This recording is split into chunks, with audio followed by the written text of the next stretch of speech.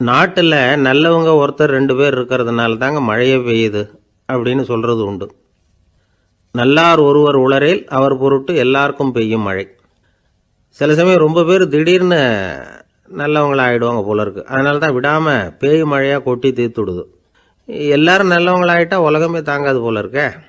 அப்பப்போ ஒருத்தர் 2 பேர் நல்லவங்களாகணும். அப்போ தான் சீராக மழை பெய்யும். மாதத்துக்கு 3 பேர் நல்லவங்களானா மாதம் மும்மாரி பொழியும். இதெல்லாம் வேடிக்கை பேச்சு. இப்போ இதெல்லாம் ஒரு பக்கம் இருக்கட்டும். இப்போ விஷயத்துக்கு வருவோம். ஒரு கும்பலில் நல்லவன் யார் அப்படிங்கிறத எப்படி கண்டுபிடிக்கிறது? இதுக்கு ஒரு வேடிக்கை கதை உண்டு. என்னுடைய நண்பர் ஒருத்தருக்கு அவங்க பாட்டியம்மா சொன்ன கதையாக அது. அது என்ன கதைன்னா, ஒரு ஊரில் ஒரு சமயம் பலமான மழை பெய்ய ஆரம்பிச்சுட்டு தான். இடி மின்னல் ரொம்ப கடுமையாக இருந்திருக்குது. ஆரம்பித்த மழை வர வர கடுமையாக ஆகிட்டு இருக்குதே தவிர நிற்கிற பாடாக தெரியல. ஊர் ஜனங்கள்லாம் பார்த்தாங்க. இதுக்கு மேலேயும் வீட்டுக்குள்ளே இருந்தால் ஆபத்துங்கிறத புரிஞ்சுக்கிட்டாங்க. ஏன்னா வீடெல்லாம் இடிஞ்சி விழுந்துருமோங்கிற பயம். உடனே எல்லாரும் புறப்பட்டு ஊருக்கு பொதுவாக இருந்த ஒரு மண்டபத்தில் போய் தங்கிக்கிட்டாங்க. மின்னல் கடுமையாக இருந்தது. இடி எந்த நேரத்துலையும் விழலாம்ங்கிற நிலைமை. எப்போ விழலாம்னு பார்த்துக்கிட்டு இருக்குது. அந்த மண்டபத்தில் இருந்த ஜனங்கள் மனசுக்குள்ளே ஒரு பயம். நம்ம கூட்டத்தில் யாராவது ஒரு கெட்டவன் பாவம் பண்ணவன் இருந்தால் கூட இடி இந்த மண்டபத்தில் விழுந்துரும். அது எல்லாருக்கும் ஆபத்து அப்படின்னு நினச்சாங்க. சரி, இதுக்கு என்ன பண்ணலாம் அப்படின்னு யோசனை பண்ணாங்க. அந்த கூட்டத்தில் ஒரு பெரியவர் இருந்தார். அவர் ஒரு யோசனை சொன்னார். இதை பாருங்கள், அதுக்கு ஒரு வழி இருக்குது.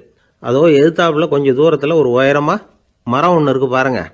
பொதுவாக இடி சுலபமாக விழறது அது மாதிரி உயரமான மரத்தில் தான். நம்ம கூட்டத்தில் இருக்கிறவங்க எல்லாரும் ஒவ்வொருத்தராக போய் அந்த மரத்தை தொட்டு விட்டு திரும்பி வந்துடணும். நம்மள பாவம் பண்ணவன் யாரோ அவன் அந்த மரத்தை தொடுற சமயத்தில் இடி விழுந்துடும். அவன் மட்டும் போயிடுவான். மண்டபத்தில் இருக்கிற நாமெல்லாம் பொழைச்சிக்கலாம் அப்படின்னு ஐடியா கொடுத்தார் அந்த பெரியவர். இது நல்ல யோசனையாக பட்டது. எல்லாரும் ஒத்துக்கிட்டாங்க. ஒவ்வொருத்தராக போய் அந்த மரத்தை தொட்டு விட்டு திரும்பி வந்தாங்க. இடி எதுவும் விழலை. இன்னமும் பாவம் பண்ண ஆசாமி அதை போய் தொடலை போல இருக்கு அப்படின்னு நினச்சிக்கிட்டாங்க. ஒவ்வொருத்தராக போகிறாங்க. எல்லாரும் போய் தொட்டு விட்டு வந்தாச்சு. இன்னும் ஒரே ஒரு ஆசாமி தான் பாக்கி. கடைசியாக இருந்த அந்த ஆள் பயந்துட்டான். இது வரைக்கும் இடி விழலைன்னா இப்போ என்ன அர்த்தம்? இப்போ நாம தான் பாக்கி, நாம தான் தப்பு பண்ண ஆள் போல இருக்குது அப்படின்னு நினச்சிட்டான். அதனால் துணிச்சலாக போய் தொடுறதுக்கு பயந்தான். தயங்கிக்கிட்டே இருந்தான். இருந்தாலும் மற்றவங்கள்லாம் சும்மா இருப்பாங்களா? கட்டாயப்படுத்தி கழுத்தை பிடிச்சி தள்ளாத குறையா அவனை தள்ளி விட்டாங்க. போய் தொட்டுட்டு வாடான்னு. அவன் நடுங்கிட்டே போய் அந்த மரத்தை தொட்டான். அதே வினாடி ஒரு பயங்கரமான மின்னல் இடி விழுந்துட்டுது. எங்கே விழுந்தது தெரியுமா? அந்த ஆள் மேலே இல்லை, மண்டபத்தில் விழுந்தது. மண்டபத்தில் இருந்தவங்க பூரா காலி. அந்த ஒரு ஆள் மட்டும் பொழைச்சிக்கிட்டான். இந்த ஒரு ஆளை காப்பாற்றுறதுக்காக தான் இடி மண்டபத்தில் விழாமல் இருந்திருக்குது. இதுதான் கதை. அதனால் நல்லவங்க எப்படியும் தப்பிச்சுக்குவாங்க அப்படிங்கிறது ஒரு நீதி. ஒருத்தன் அப்படி தான் தெருவில் நடந்து போய்கிட்டு இருந்தான். ரொம்ப நல்லவன். எதிரில் ஒருத்தன் சைக்கிளில் வந்துக்கிட்டு இருந்தான். அதில் மோதி இவன் கீழே விழுந்துட்டான். சைக்கிள்காரன் உடனே இறங்கி இவனை தூக்கி விட்டான். இவன் எழுந்திரிச்சு அவனை முறைச்சி பார்த்தான். அப்படி பார்க்காதீங்க சார், நீங்கள் ரொம்ப புண்ணியம் பண்ணியிருக்கீங்க, அதுதான் இப்போ சைக்கிளில் மோதிக்கிட்டீங்க அப்படின்றான். என்ன அப்படி சொல்கிறேன் நான்? இவன் 10 நிமிஷத்துக்கு முன்னாடி நான் லாரி ஓட்டிகிட்டு வந்தேன், அப்போ நீங்கள் எதிரில் வந்திருந்தீங்கன்னா என்ன ஆயிருக்கும் அப்படின்னானா அவன்.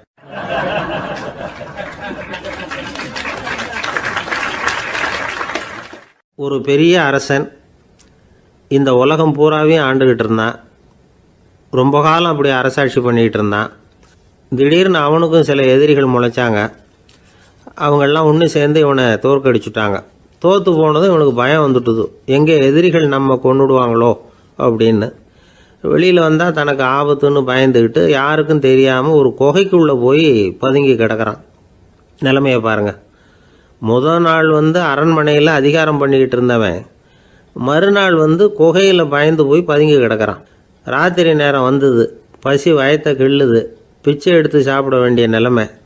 பிச்சை எடுக்கிறதுக்கு பாத்திரம் வேணுமே, என்ன பண்ணுறது அப்படின்னு அங்கேயும் இங்கேயும் பார்க்குறான். ஒரு மூலையில் யாரோ விட்டுட்டு போன ஒரு ஓடு கிடக்குது. அதை எடுத்துக்கிட்டு புறப்பட்டான். இருட்டில் வழி புரியல. ஏதோ ஒரு யூகத்தில் காலை மெதுவாக எடுத்து வச்சு நடந்து போயிட்டுருக்கிறான். வழியில் ஒரு கருப்பு நாய் படுத்து கிடந்தது. இருட்டில் அவன் இது கண்ணுக்கு சரியாக தெரியல. அவனுக்கு தவறி போய் காலை வச்சுட்டான். அது மேலே நாய் சும்மா இருக்குமா, வள்ளுன்னு விழுந்து கடிச்சு விட்டுது. காலை பார்க்குறான். காலத்தையும் நினச்சி பார்க்குறான். அரண்மனையில் வீரக்கழல் அணிந்த காலை உடைய மன்னா அப்படின்னு புகழ்வாங்களே புலவர்கள்லாம். ஆனால் அது இன்றைக்கி நாய் கடித்த காலம் ஆகிட்டுதே அப்படின்னு நினைக்கிறான். அது மட்டும் இல்லை, முன்னாடியெல்லாம் பொற்கிண்ணங்களில் தான் அவன் சாப்பிடுவான். ஆனால் இப்போது உடஞ்சி போன ஓட்டு, அது ஓட்டை வந்து கையில் வச்சுக்கிட்டு நிற்கிறான். அதில் யாராவது சாப்பாடு போடுவாங்களான்னு. முன்னாடியெல்லாம் நிறைய பேர் அரண்மனைக்கு வருவாங்க, அரசருக்கு காணிக்கைன்னு சொல்லி இவன் காலடியில் கொண்டாந்து கொட்டுவாங்க. அப்போல்லாம் இவன் அந்த ஜனங்களுடைய முகத்தை திரும்பி கூட பார்க்கறதில்ல, ரொம்ப கர்வமாக உட்காந்துருப்பான். அதே ஆள் இன்றைக்கி எல்லார் கண்ணுலேயும் படுறது மாதிரி பிச்சை எடுத்துக்கிட்டு இருக்கிறான். அப்போலாம் காணிக்கைகளை வந்து தன்னுடைய கையால் வாங்கிறது தனக்கு கௌரவ குறைச்சல்னு நினச்சி தன்னுடைய வேலைக்காரங்களை விட்டு தான் அதை வாங்க சொல்லுவான். இப்போ பார்த்தீங்கன்னா அவனே தன் கையாலேயே பிச்சை வாங்குறான். நினச்சி பாருங்கள், அந்த மனுஷன் நாள் அரசன், மறுநாள் பிச்சைக்காரன், எவ்வளோ வித்தியாசம். செல்வம் தான் இப்படி ஒரு வித்தியாசம் ஏற்படுறதுக்கு காரணம். அப்படிப்பட்ட செல்வம் வாழ்க்கையை நடத்துறதுக்கு நமக்கு தேவை தான். ஆனால் அதையே நாம் அடைய வேண்டிய பயனாக நினைக்கிறோம் பாருங்கள், அதுதான் வேடிக்கை. இதை வந்து நம்மாழ்வார் அழகாக ஒரு பாசுரத்தில் சொல்கிறார். ஒரு நாயகமாய் ஓட உலகுடன் ஆண்டவர், கருணாய் கவர்ந்த காலர், சிதைகிய பானையர், பெருநாடு காண இம்மையிலே பிச்சைதாம் கொள்வர், திருநாரணன் தாழ் காலம் பெற சிந்தித்து உய்மினோ அப்படிங்கிறார் நம்மாழ்வார். ஒரு பெரிய பணக்காரர் ஒரு துறவிகிட்ட போய், சாமி என்கிட்ட நிறைய பணம் இருக்குது, இருந்தாலும் நிம்மதி இல்லை, என்னால் நிம்மதியாக இருக்க முடியல, என்ன காரணம்னு கேட்டாராம். உடனே அந்த துறவி இதுக்கு நேரடியாக பதில் சொல்லாமல் பக்கத்தில் நின்றுக்கிட்டு இருந்த ஒரு குழந்தைய கூப்பிட்டார். அது ஓடியாந்தது. ஒரு ஆப்பிள் பழத்தை எடுத்து அது கையில் கொடுத்தார். அதை வாங்கிக்கிட்டு குழந்தை சிரிச்சுது. இன்னொரு பழத்தை எடுத்து கொடுத்தார். அதை இன்னொரு கையில் வாங்கிட்டு சிரிச்சுது. மூணாவது ஆப்பிள் எடுத்து கொடுத்தார். 2 பழத்தையும் நெஞ்சில் அணைச்சிக்கிட்டு 3ஆவது பழத்தையும் வாங்கிறதுக்கு முயற்சி பண்ணிச்சு. ஆனால் அது உடனே நழுவி கீழே விழுந்து உருண்டு ஓடிச்சு. ஏற்கனவே இருந்ததும் விழுந்துட்டுது. இப்போ அந்த குழந்தை அழ ஆரம்பிச்சுட்டுது. இப்போ அந்த துறவி பணக்காரர்கிட்ட சொன்னாராம், குழந்தைய கவனிச்சியா, 2 ஆப்பிள் போதும்னு அது நினச்சிருந்தா இப்போ அது அழ வேண்டிய அவசியம் வந்திருக்குமா அப்படின்னாராம். எதுவுமே அளவுக்கு மிஞ்சினா துன்பந்தான். இந்த காலத்தில் இதெல்லாம் யார் காதில் வாங்குறாங்க? ஒருத்தனை நல்ல வழிக்கு கொண்டு வரணும்னு நினச்சி அவனை கூப்பிட்டு உட்கார வச்சு இந்த கதையை சொல்லிகிட்டு இருந்தாங்க. சொல்லிவிட்டு அந்த குழந்தை செஞ்சது தப்பு தானே அப்படின்னு கேட்டிருக்கிறாங்க. ஆமாம், தப்பு தான், நானாக இருந்தால் அப்படி செஞ்சுருக்க மாட்டேன் நானா இவன். 2 பழமே போதும்னு சொல்லியிருப்பியா அப்படின்னு கேட்டிருக்காங்க. அப்படி இல்லைங்க, அவர் கொடுக்க கொடுக்க ஒவ்வொரு பழமாக வாங்கி பின்னாடி வச்சுட்டு மறுபடியும் கையை நீட்டுவேன் அப்படிங்கிறானா. இவெல்லாம் எந்த காலத்தில் திருந்துறது?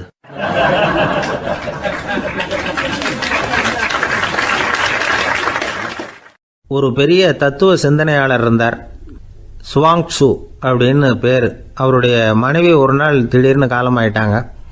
ஐயோ பாவம், அவர் ரொம்ப வருத்தப்படுவார், போய் ஆறுதலாக 4 வார்த்தை பேசிவிட்டு வரலாம் அப்படின்னு நினச்சிக்கிட்டு நிறைய பேர் அவரை தேடிட்டு வந்தாங்களாம். வந்தவங்களுக்கு ஆச்சரியம், ஏன்னா இவர் வருத்தப்பட்டுக்கிட்டு இருப்பார் அப்படின்னு தானே எதிர்பார்த்தாங்க. அப்படி இல்லை, தாளம் போட்டுக்கிட்டு உட்காந்துருக்கிறார். தாளத்துக்கு தகுந்த மாதிரி பாட்டு வேற பாடிக்கிட்டு இருக்கிறார். என்ன மனுஷன் அவர், கொஞ்சம் கூட கவலை இல்லாமல் இப்படி இருக்கிறாரு அப்படின்னு நினச்சாங்க. ஒருத்தர் துணிஞ்சு அவர்கிட்ட கேட்டுவிட்டார், என்னங்க இது இப்படி அப்படின்னு. அதுக்கு அவர் என்ன சொன்னார் தெரியுமா? இதை பாருங்க, என்னுடைய மனைவி பிறக்கிறதுக்கு முன்னாடி அவளுக்கு உயிரும் கிடையாது, உடலும் கிடையாது. அதுக்கு பிறகு தான் உயிர் வந்தது, உடல் வந்தது, அந்த உருவம் வந்தது. இப்போ என்ன ஆச்சு? அந்த உருவமும் உயிரும் போயிட்டுது, அவ்வளவுதானே. வந்தது போயிட்டுது. இளவேனில் காலம், இலையுதிர் காலம், பனிக்காலம், இப்படி பருவங்கள் வந்து மாறி மாறி வருது இல்லையா? அது மாதிரி பிறப்பும் இறப்பும் மாறி மாறி வருது. இது இயற்கை. இதுக்காக அழுதா அது எப்படி அப்படின்னாராம். ஞான தெளிவு அடைஞ்சவங்களுக்கு எல்லாமே சுகம்தான். திருவள்ளுவரும் அதை தான் சொல்கிறார், உறங்குவது போலும் சாக்காடு, உறங்கி விழிப்பது போலும் பிறப்பு.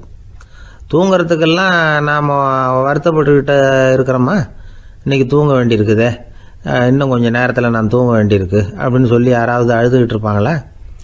அதனால் இந்த உலக வாழ்க்கையினுடைய இயல்பை வந்து யதார்த்தத்தை நாம் தெளிவாக புரிஞ்சுக்கணும். அப்படி புரிஞ்சுக்கிட்டால் நாம் கவலை இல்லாமல் வாழ முடியும். ஒரு வயசான தாத்தா பாட்டி 60 வருஷத்துக்கு முன்னாடி அவங்களுக்கு கல்யாணம் ஆச்சு. ஒன்றாவே வாழ்ந்தாங்க, ஒன்றாவே இறந்து போனாங்க. இப்போ அவங்க 2 பேரும் சொர்க்கத்துக்கு போய் சேர்ந்தாங்க. அங்கே எல்லா வசதியும் இருந்தது. ஒரு பெரிய பங்களாவே இவங்களுக்கு ஒதுக்கி கொடுத்தாங்களாம். இதுக்கு எவ்வளவு வாடகைன்னு கேட்டார் தாத்தா. வாடகையெல்லாம் கிடையாது, இலவசம் அப்படின்னார் அங்கே இருந்தவர். அந்த வீட்டுக்கு பின்னாடி ஒரு பெரிய புல்வெளி இருந்தது. இதில் விளையாட ஏதாவது கட்டணம் உண்டான்னு கேட்டிருக்கார் தாத்தா. அதெல்லாம் ஒன்றும் கிடையாது, பணம்லாம் கட்ட வேண்டியதில்லை அப்படின்னார் அவர். பக்கத்தில் ஹோட்டல் மாதிரி ஒரு பெரிய கட்டடம், உள்ள சாப்பாட்டு மேஜைகள், அது மேலே விதவிதமான பலகாரங்கள். சாப்பாட்டுக்கெல்லாம் எவ்வளவு அப்படின்னு விசாரிச்சாராம் தாத்தா. அதுதான் சொன்னேனே, இங்கே எல்லாமே இலவசம்தான், எது வேணும்னாலும் சாப்பிட்லாம், எவ்வளவு வேணும்னாலும் சாப்பிட்லாம் அப்படின்னாராம். நீங்கள் சொல்கிறீங்க அப்படி, ஆனால் நான் சர்க்கரை சேர்த்துக்கக்கூடாது, உப்பு சேர்த்துக்கக்கூடாது, பாட்டி கையால் எப்பவும் பத்திய சாப்பாடு தான் அப்படின்னாராம் தாத்தா. இதை பாருங்கள், இங்கே உங்களுக்கு அந்த கவலையும் வேண்டியதில்லை. இங்கே நீங்கள் ஸ்வீட்டு சாப்பிட்லாம், காரம் சாப்பிட்லாம், உங்களுக்கு எந்த நோயும் வராது அப்படின்னாராம் அங்கே சொர்க்கத்தில் இருந்தவர். இதை கேட்ட உடனே அந்த தாத்தா பக்கத்தில் நின்ன பாட்டியை பார்த்து கத்தினாராம், அடி பாவி, எல்லாத்தையும் கெடுத்துட்டியே, நீ எனக்கு பத்திய சாப்பாடு போடாமல் கண்டதை திங்க விட்டுருந்தா 10 வருஷத்துக்கு முன்னாடியே நான் இங்கே சேர்ந்துருப்பேனே அப்படின்னாராம்.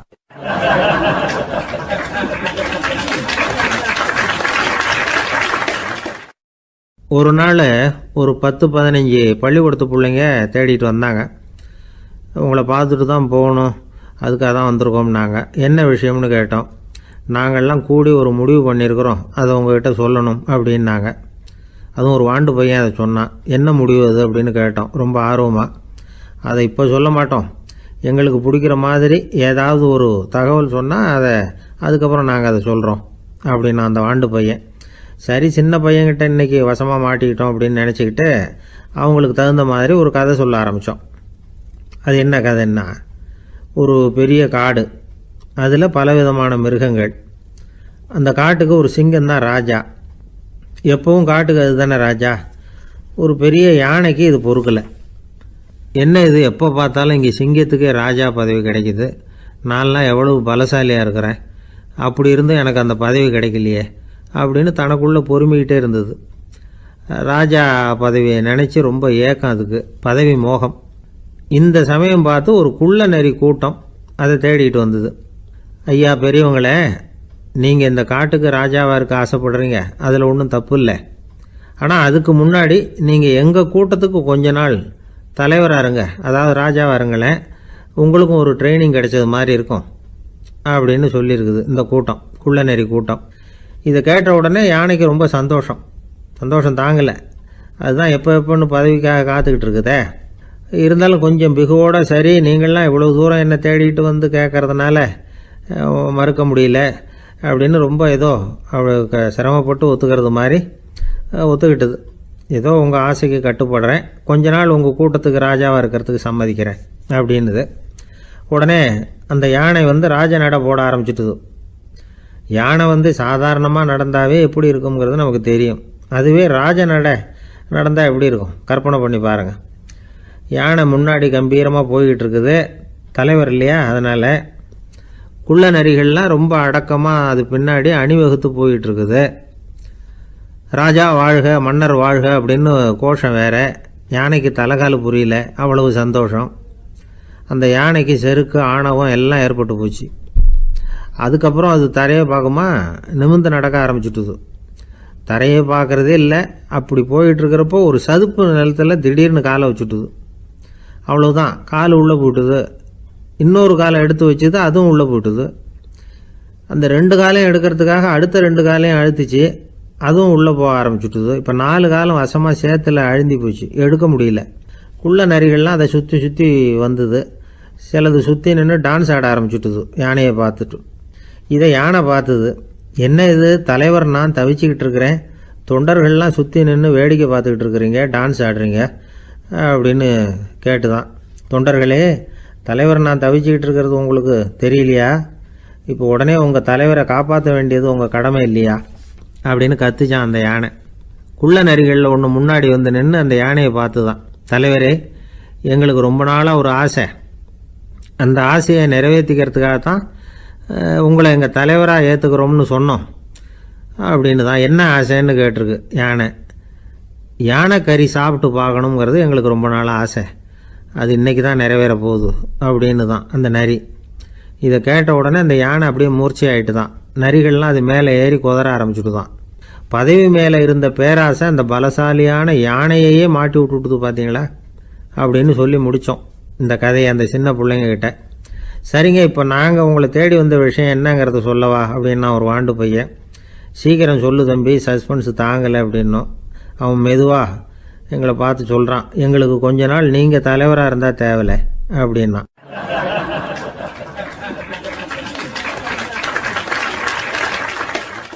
ஒரு காட்டில் ஒரு முனிவர் இருந்தார். ஒரு நாள் அவரை தேடிட்டு 4 பேர் வந்தாங்க. சுவாமி, எங்களுக்கு ரொம்ப நாளாக ஒரு சந்தேகம்னாங்க. என்னன்னு கேட்டார். இந்த உலகத்தில் எவ்வளவோ காரியங்கள் நடக்குது, எது நியாயம் எது அநியாயம் அப்படின்னு புரிஞ்சிக்க முடியலன்னாங்க. அது யாராலையும் புரிஞ்சிக்க முடியாதுன்னார் முனிவர். வந்தவங்களுக்கு ஆச்சரியமாக போச்சு, ஒரு மாதிரியாக பார்த்தாங்க. இதை முனிவர் கவனிச்சார். சரி புறப்படுங்க என்னோடன்னார். எங்கன்னு கேட்டாங்க. இப்போ உங்கள் 4 பேரையும் ஒரு புஷ்பக விமானத்தில் அழைச்சிட்டு போகிறேன். இந்த உலகத்தில் சர்வசாதாரணமாக நடக்கக்கூடிய ஒரு காட்சியை உங்களுக்கு காட்ட போகிறேன். நீங்கள் பார்க்க போகிற அந்த காட்சி நியாயமா அநியாயமா அப்படிங்கிறத என்கிட்ட சொல்லணும். நீங்கள் சரியான பதில் சொன்னால் புஷ்பக விமானத்தில் தொடர்ந்து பிரயாணம் பண்ணலாம். தவறான பதில் சொன்னால் இந்த புஷ்பக விமானம் உங்களை கீழே தள்ளி விட்டுரும் அப்படின்னார். 4 பேருக்கும் பயந்தான். இருந்தாலும் முனிவர் கூப்பிடுறாரு அப்படின்னு சொல்லி புறப்பட்டாங்க. அவங்க எல்லாரும் புறப்பட்டு ஒரு காட்டு வழியாக போய்கிட்டு இருக்கிறாங்க புஷ்பக விமானத்தில். அங்கே நடக்கிற ஒரு காட்சியை காட்டுறார் முனிவர். அதோ அங்கே பாருங்கன்னார்.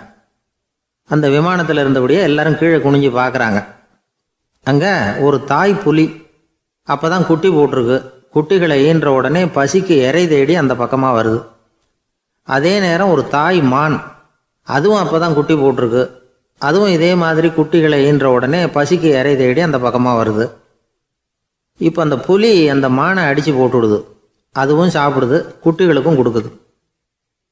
இப்போ அந்த புலிக்குட்டிகள் முகத்தில் மகிழ்ச்சி, தாயை இழந்த அந்த மான் குட்டிகள் முகத்தில் துக்கம். இப்போ அந்த முனிவர் 4 பேர்கிட்டையும் கேட்குறார், நீங்கள் இங்கே பார்த்தீங்களே, இதில் எது நியாயம் எது அநியாயம்? ஒவ்வொருத்தராக சொல்லுங்கள். உங்கள் பதில் சரியில்லைன்னா இந்த விமானம் உங்களை கீழே தள்ளி விட்டுரும். சொல்லுங்கள் பார்க்கலாம்னார். முதல்ல ஒருத்தன் சொன்னான், அந்த புலி செஞ்சது சரிதாங்க. அது பசிக்கு அதுதான் ஆகாரம். தன்னுடைய பசிக்கு தானே இறை தேடிக்கிட்டுது. அதில் என்ன தப்பு? அவ்வளவுதான். அதனால் புலி செஞ்சது நியாயம்தான் அப்படின்னா. அவ்வளவுதான், அந்த விமானம் அவனை அப்படியே கீழே தள்ளி விட்டுட்டுது. அதனால் அவன் கொடுத்த பதில் சரியில்லை அப்படிங்கிறது புரிஞ்சு போச்சு. இப்போ 2வது ஆள் சொன்னான், புலி செஞ்சது பாவம், அந்த தாய்மான் என்ன தப்பு பண்ணிச்சு? இப்போ அந்த குட்டிகளுக்கு யார் ஆதரவு? அதனால் புலி செஞ்சது அநியாயம் அப்படின்னா. அவ்வளவுதான், அவனையும் கீழே தள்ளி விட்டுடுது அந்த விமானம். இந்த பதிலும் சரியில்லை அப்படின்னு ஆயிட்டுது. இப்போ 3வது ஆள் வந்தான். முதல்ல 2 பேர் கீழே விழுந்ததை பார்த்துக்கிட்டு இருந்தான். அதனால் அவன் சொன்னான், ரெண்டுமே நியாயந்தாங்க. புலி இறை தேடினதும் இயற்கை, அதுக்கு மான் இறையானதும் இயற்கை. அதனால் இதில் ஒன்றும் தப்பு இல்லைன்னா. அவ்வளவுதான், அவனையும் அந்த விமானம் கீழே பிடிச்சி தள்ளி விட்டுது. இப்போ 4வது ஆள் வந்தான். முனிவர் கேட்டார், நீயாவது சொல்லுப்பா, இந்த செயலில் எது நியாயம்னார். அவன் தெளிவாக பதில் சொன்னான். அதாவது என்ன சொன்னான்னா, எனக்கு தெரியல அப்படின்னா. அவனை விமானம் கீழே தள்ளலை, சௌரியமாக அழைச்சிட்டு போட்டுது. இவனும் பிரயாணம் சௌக்கியமாக பண்ணானான். ஆக இதுதான் சரியான பதிலுங்கிறத முனிவர் உணர்த்தினார். இந்த கதையிலிருந்து நாம் புரிஞ்சுக்க வேண்டியது என்னென்னா, இந்த உலகத்தில் எவ்வளவோ காரியங்கள் நடக்குது. அதெல்லாம் ஏன் அப்படி நடக்குதுங்கிறதுக்கு எப்பேற்பட்ட பண்டிதராலும் பதில் சொல்ல முடியாது. தெரியாததை தெரியாதுன்னு ஒத்துக்கிட்டா வாழ்க்கை பிரயாணம் சுகமாக இருக்கும். அதனால் தேவையில்லாத விஷயங்களை புரிஞ்சுக்கிறதுக்கு நேரத்தை செலவு பண்ணிகிட்டு இருக்கக்கூடாது. வாழ்க்கையை குழப்பிக்கக்கூடாது. வாழ்க்கைக்கு தேவையானது என்னவோ அதை மட்டும் புரிஞ்சுக்கிட்டா போதும். இந்த காலத்து ஆள் ஒருத்தன் ஒரு பெரியவரை தேடி வந்தான். ஐயா, ஒரு சந்தேகம்னா. என்ன உன்னுடைய சந்தேகம்னார். பகுத்தறிவுன்னா என்ன, விதின்னா என்ன அப்படின்னு கேட்டான். இதுக்கு அவர், இப்போ உன்னுடைய வலது காலை தூக்குன்னார். தூக்கினான். சரி, இப்போ உன்னுடைய வலது காலை கீழே இறக்காம உன்னுடைய இடது காலையும் தூக்குன்னார். தூக்கினான். பொத்துன்னு கீழே விழுந்துட்டான். பெரியவர் சொன்னார், உன்னால் ஒரு காலை தூக்க முடிஞ்சுது, அதுதான் பகுத்தறிவு. 2 கால்களையும் ஒரே சமயத்தில் தூக்குனா அடிபடும், அப்படிங்கிறது தான் விதி அப்படின்னு விளக்கம் கொடுத்தார்.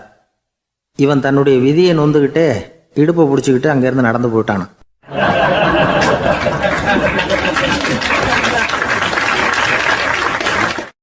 ஒரு ஊரில் ஒரு கோயில் இருந்தது. ரொம்ப பழைய கோயில். உள்ளே போகிறதுக்கே பயமாக இருக்கும். எந்த நேரத்தில் இடிஞ்சு விழுந்துருமோ அப்படிங்கிற பயம். அப்படி இருந்ததுனால யாரும் துணிஞ்சு சாமி கும்பிடுறதுக்கு அங்கே போகிறதில்ல. கோயிலுக்கு வர்ற கூட்டம் கொஞ்சம் கொஞ்சமாக குறைய ஆரம்பிச்சுட்டுது. கோயில் நிர்வாகிகள் எல்லாரும் கூடி உட்காந்து பேசினாங்க.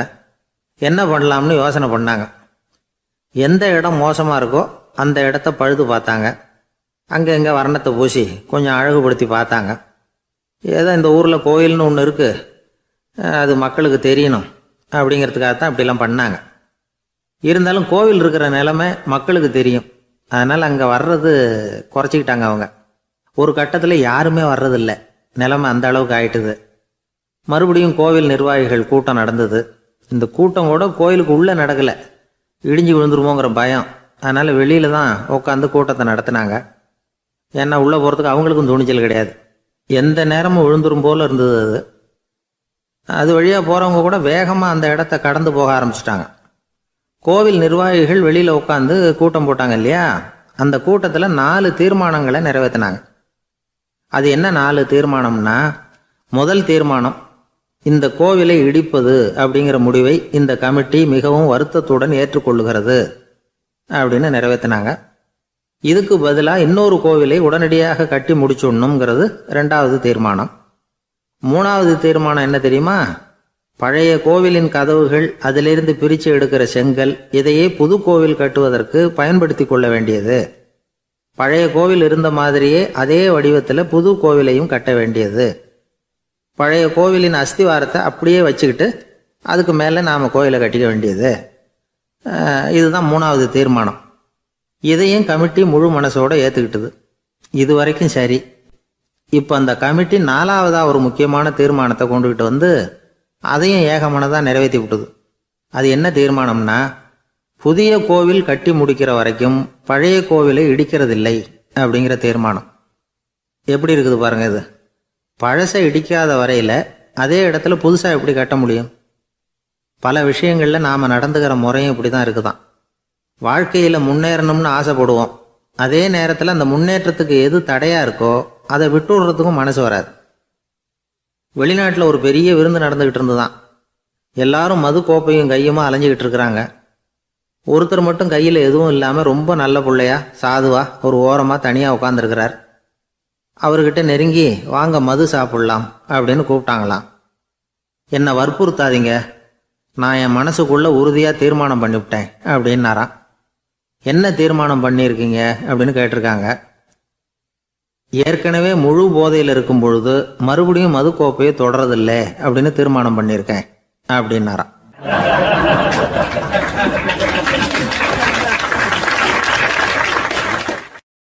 ஒரு ஊரில் ஒரு பெரியவர் இருந்தார். ஒரு நாள் அவரை தேடி ஒருத்தர் வந்தார். ஐயா, நான் கடவுளை பரிபூர்ணமாக நம்புகிறேன் அப்படின்னார். சரி, அந்த நம்பிக்கை உனக்கு எப்படி வந்ததுன்னு கேட்டார் இவர். அவர் சொல்ல ஆரம்பித்தார். ஐயா, எனக்கு கல்யாணம் ஆகி 10 வருஷம் ஆச்சு. ஆனாலும் குழந்தை பாக்கியம் இல்லை. அதுக்கு என்ன காரணமாக இருக்கும்னு நான் யோசனை பண்ணிகிட்டு இருந்தப்போ நண்பர் ஒருத்தர் ஒரு ஆலோசனை சொன்னார். உனக்கு மதப்பற்று இல்லை, எந்த கடவுளையுமே நம்ப மாட்டேங்கிற, அதுதான் காரணம். கடவுளை நம்பு, உனக்கு குழந்தை பாக்கியம் கிடைக்கும் அப்படின்னார். அவர் அப்படி சொன்னாரே தவிர எனக்கு சந்தேகம்தான். இருந்தாலும் அவர் சொன்னபடியும் நடந்து தான் பார்ப்போமே அப்படின்னு முடிவு பண்ணேன். கடவுளை நம்ப ஆரம்பித்தேன். அந்த வருஷமே அழகான ஆண் குழந்தை பிறந்தது. எல்லாம் இறைவன் அருள் அப்படின்னார். இவர் இப்படி சொன்னதை கேட்டதும் அந்த பெரியவர் சொன்னார், நீ சொல்கிறதெல்லாம் சரிதான். இருந்தாலும் இந்த காலத்தில் எந்த ஒரு காரியமாக இருந்தாலும் அதை சோதனை செஞ்சு பார்த்துட்டு தான் ஒரு முடிவுக்கு வந்து சேர முடியும். அறிவுபூர்வமான முடிவு அதுவாக தான் இருக்கும். அறிவியல் சோதனைகள் அப்படித்தான். ஒரு குறிப்பிட்ட விஷயத்தை பற்றி எத்தனை தடவை சோதனை பண்ணாலும் ஒரே முடிவு தான் கிடைக்கணும். அதுதான் சரியாக இருக்கும். அதனால் இப்போ மறுபடியும் ஒரு சோதனைன்னார். என்ன செய்யணும் அப்படின்னு கேட்டார் இவர். கடவுள்கிட்ட ஒரு பெண் குழந்தை வேணும்னு கேளு. முதல்ல ஆண் குழந்தையை கொடுத்தது மாதிரியே இப்போ ஒரு பெண் குழந்தையையும் கொடுக்குறாரா பார்க்கலாம் அப்படின்னார். சரின்னு சொல்லி இவர் அதே மாதிரி முயற்சி பண்ணினார். அதுக்கப்புறம் அவர் இந்த பெரியவர்கிட்ட வரவே இல்லை. கொஞ்ச காலம் கழித்து இவரே அவரை தேடிக்கிட்டு போய் கதவை தட்டினார். அவர் கதவை திறந்தார். என்ன ஆச்சு, கடவுள் கண் திறந்தாரா அப்படின்னு கேட்டார். அவர், அந்த சமாச்சாரம்லாம் நமக்கு வேணாம் சார். முதல் தடவை அது ஏதோ தற்செயலாக ஏற்பட்ட ஒரு சாதகம். இப்போ நீங்கள் 2வது தடவை சொன்ன பிறகு தினமும் கடவுளை வேண்டிக்கிட்டு தான் இருக்கிறேன். ஒன்றும் நடக்கலை அப்படின்னார் ரொம்ப விரக்தியா. ஒரே ஒரு தோல்வியில் உங்கள் நம்பிக்கையெல்லாம் பறந்து போயிடுது பார்த்தீங்களா அப்படின்னார் அந்த பெரியவர். எல்லாம் நல்ல விதமாக நடக்கிற வரைக்கும் நம்பிக்கை, எதிர்பார்த்தது தோல்வியில் முடிஞ்சுட்டுதுன்னா அவநம்பிக்கை. மற்றவர்கள் பேரில் வைக்கிற நம்பிக்கை எந்த நேரத்திலையும் விவகாரமாகி விடக்கூடிய சாத்தியம் உண்டு. நாம் நம்பிக்கை வைக்க வேண்டியது நம்மகிட்ட தான், நமக்குள்ளே இருக்கிறார் கடவுள். எனவே நம்ம பேரில் நாம் வைக்கிற நம்பிக்கை தான் உண்மையான கடவுள் பக்தி. நிபந்தனையற்ற நம்பிக்கையாக அது இருக்கணும். எல்லாம் நல்லபடியாக நடந்துக்கிட்டு இருந்தால் எந்த முட்டாளுக்கும் நம்பிக்கை வரத்தான் செய்யும் அப்படிங்கிறது ஒரு பெரிய ஒரு கருத்து. தியானத்தின் மூலமாக தான் உனக்குள்ள ஆழமாக தோண்டுனா உன்னுடைய அடி ஆழத்தில் நம்பிக்கை அப்படி ஊற்றெடுக்கும், அதை பார்க்க முடியும் அப்படிங்கிறது பெரியவர்கள் சிந்தனை. ஒரு குழந்தை அப்பாவை பார்த்து என்னப்பா பண்ணுறேன்னு கேட்டுதான். பிரார்த்தனை பண்ணிட்டு இருக்கிறேன்னாராம் அப்பா. பிரார்த்தனை பண்ணுனா என்ன கிடைக்கும் அப்படின்னு கேட்டுதான் குழந்தை. எல்லாம் கிடைக்கும் அப்படின்னாராம் அப்பா. நீ வச்சிருக்கிறிய பேனா அது கூட கிடைக்குமான்னு கேட்டுதான் குழந்தை. கிடைக்குமேன்னு இருக்கார். அப்படின்னா அந்த பேனாவை என்கிட்ட கொடுத்துரு, நீ பிரார்த்தனை பண்ணி வேற பேனா வாங்கிக்கோ அப்படின்னு தான் அந்த குழந்தை.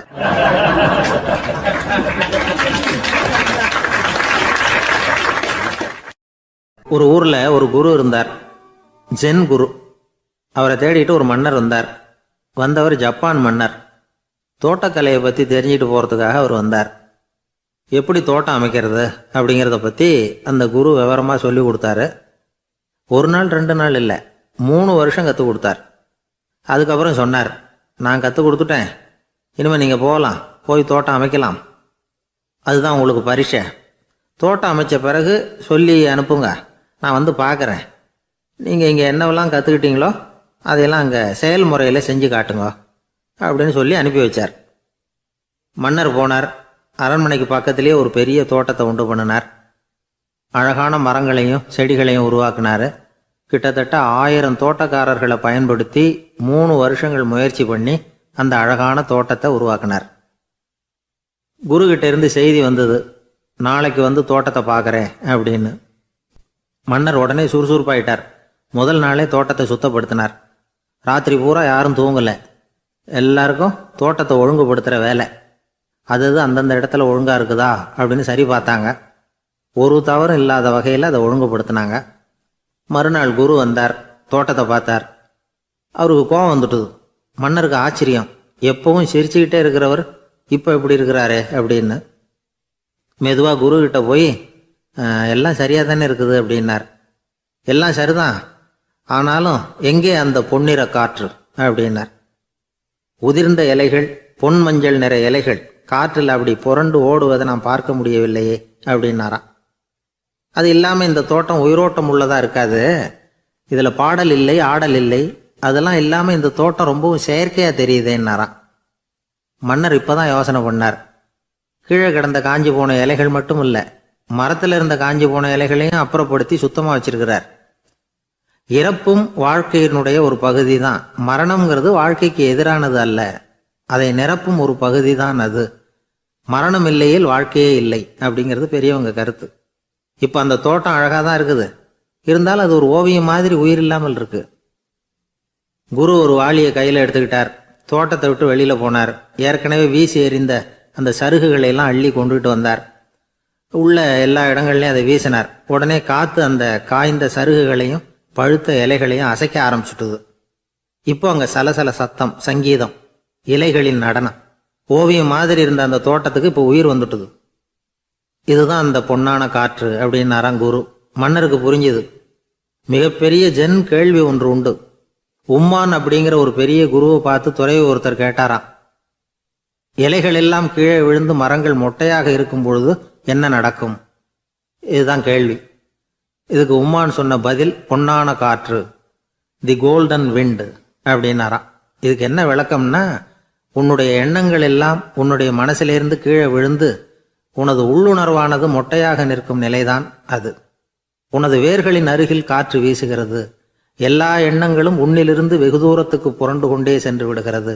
நீ அவற்றை கடந்து விட்டால் நீ அவைகளுக்கெல்லாம் மேலெழுந்து கீழே பார்ப்பவனைப் போல நிற்க ஆரம்பித்து விடுவாய். அதுதான் தியானம் என்பது அப்படின்னு சொல்றாங்க. தியானம்ங்கிறது எண்ணத்துக்கு எதிரானதில்லை. தியானம்ங்கிறது எண்ணங்களை கடந்து செல்வது தான். அதுக்கப்புறம் நாம் பொன்னிற காற்றில் ஆட ஆரம்பிச்சிருவோம். இதுதான் பெரியவர்கள் சொல்கிறது. என்கிட்ட ஒருத்தர் வந்து தோட்டம் அமைக்கணும்னு யோசனை கேட்டு வந்தார். எல்லாம் சொல்லி கொடுத்தேன். செடிகள்லாம் செழிப்பாக வளரணும்னா வேர் காயாமல் பார்த்துக்குங்கோ, தினமும் தண்ணி விடுங்கோ அப்படின்னு சொல்லி அனுப்பி வச்சேன். 1 மாதம் கழித்து அவர் தோட்டத்தை பார்க்கறதுக்காக போனேன். போய் பார்த்தா எல்லா செடியும் வாடி கிடக்குது. என்னங்க இப்படி பண்ணிவிட்டீங்கன்னு. நீங்கள் சொன்னபடி தான் செஞ்சேன்னார். என்ன செஞ்சீங்கன்னு கேட்டேன். வேறு காயாமல் பார்த்துக்க சொன்னீங்க, தினமும் ஒரு தடவை எல்லா செடியையும் ஒவ்வொன்றா பிடுங்கி பார்த்து வேறு காயாமல் இருக்கா அப்படின்னு பார்த்துட்டு அதுக்கப்புறம் தண்ணி பாய்ச்சனே, அவ்வளவுதான் அப்படின்னார்.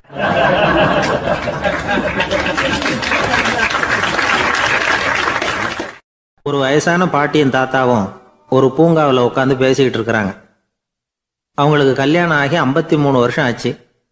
பிள்ளைங்கள்லாம் படித்து பெரிய பெரிய வேலையில் இருக்கிறாங்க. பேரன் பேத்திகளும் நல்ல நிலைமையில் இருக்கிறாங்க. இந்த தாத்தாவும் பாட்டியும் சிரித்து பேசிக்கிட்டு இருந்ததை ஒரு பெரியவர் பார்த்தார். அவருக்கு ஆச்சரியமாக இருந்தது. இந்த வயசுலேயும் இவ்வளவு அந்யோன்யமாக இவங்க பேசிக்கிட்டு இருக்கிறாங்களே அப்படின்னு நினச்சார். சரி, நேரிலேயே கேட்டுருவோமே அப்படின்னு நினச்சிக்கிட்டு கிட்ட போனார்.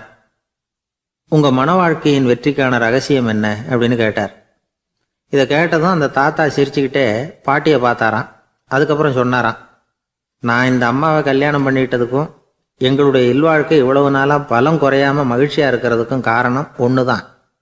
அது என்ன காரணம்னா, எங்களுக்கு இடையில பொதுவாக நிறைய குறைகள் உண்டு, அதுதான் காரணம் அப்படின்னாராம். அவர் சொல்கிறது சரிதான் அப்படிங்கிறது மாதிரியே அந்த பாட்டியும் அவரை நிமிர்ந்து பார்த்தாங்களாம்.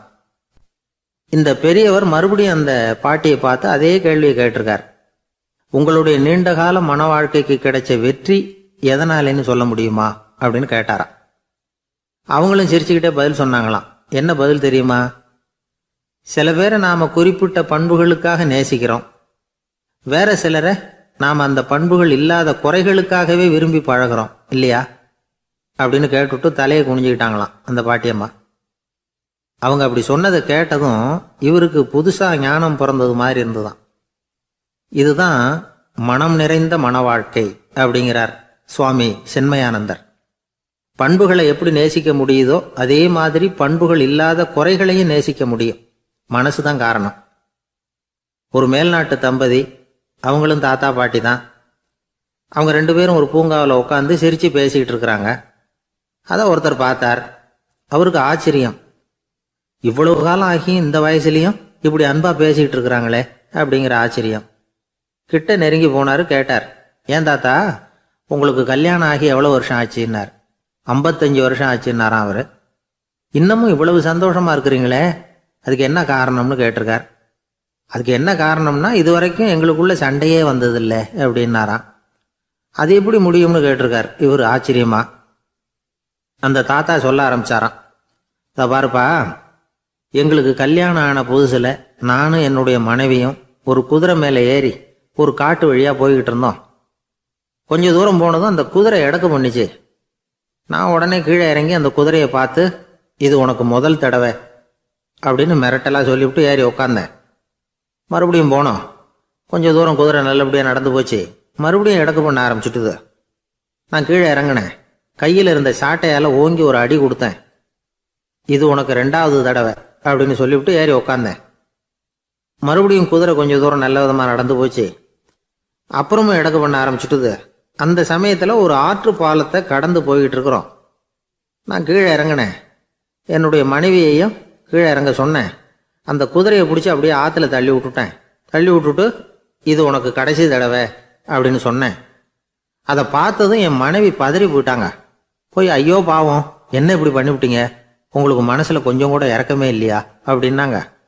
நான் மெதுவாக இவங்க பக்கம் திரும்பி, இது உனக்கு முதல் தடவை அப்படின்னேன். அவ்வளவுதான், அன்னையிலேருந்து இன்னைய வரைக்கும் ஒரு நாள் கூட எங்களுக்குள்ள சண்டையே வந்ததில்லை அப்படின்னு விளக்கம் கொடுத்தார் அந்த தாத்தா.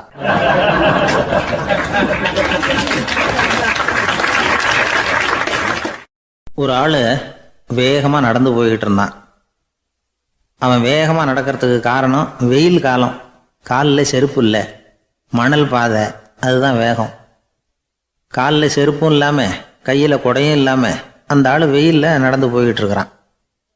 அந்த சமயத்தில் இன்னொருத்தன் குதிரை மேலே ஏறி அந்த வழியாக வந்துக்கிட்டு இருக்கிறான். அவன் காலில் செருப்பும் இருந்தது, கையில் குடையும் இருந்தது. நடந்து போய்கிட்டு இருந்தவன் அந்த குதிரை ஆசாமியை பார்த்து கேட்டான், ஐயா, நீங்களும் குதிரை மேலே உட்காந்துக்கிட்டு போய்கிட்டு இருக்கிறீங்க. அப்படி இருக்கிறப்போ உங்களுக்கு அந்த செருப்பு என்னத்துக்கு? அதை எனக்கு கொடுத்து உதவலாமே அப்படின்னா. குதிரை மேலே உட்காந்துருந்தவன் யோசனை பண்ணி பார்த்தான். இவன் சொல்கிறது நியாயம்தானே அப்படின்னு சொல்லி தன்னுடைய செருப்பை கழட்டி அந்த வழிப்போக்கனுக்கு கொடுத்துட்டான். ரொம்ப நல்லதுங்க அப்படின்னு சொல்லி இவன் அதை வாங்கி காலில் மாட்டிக்கிட்டான்.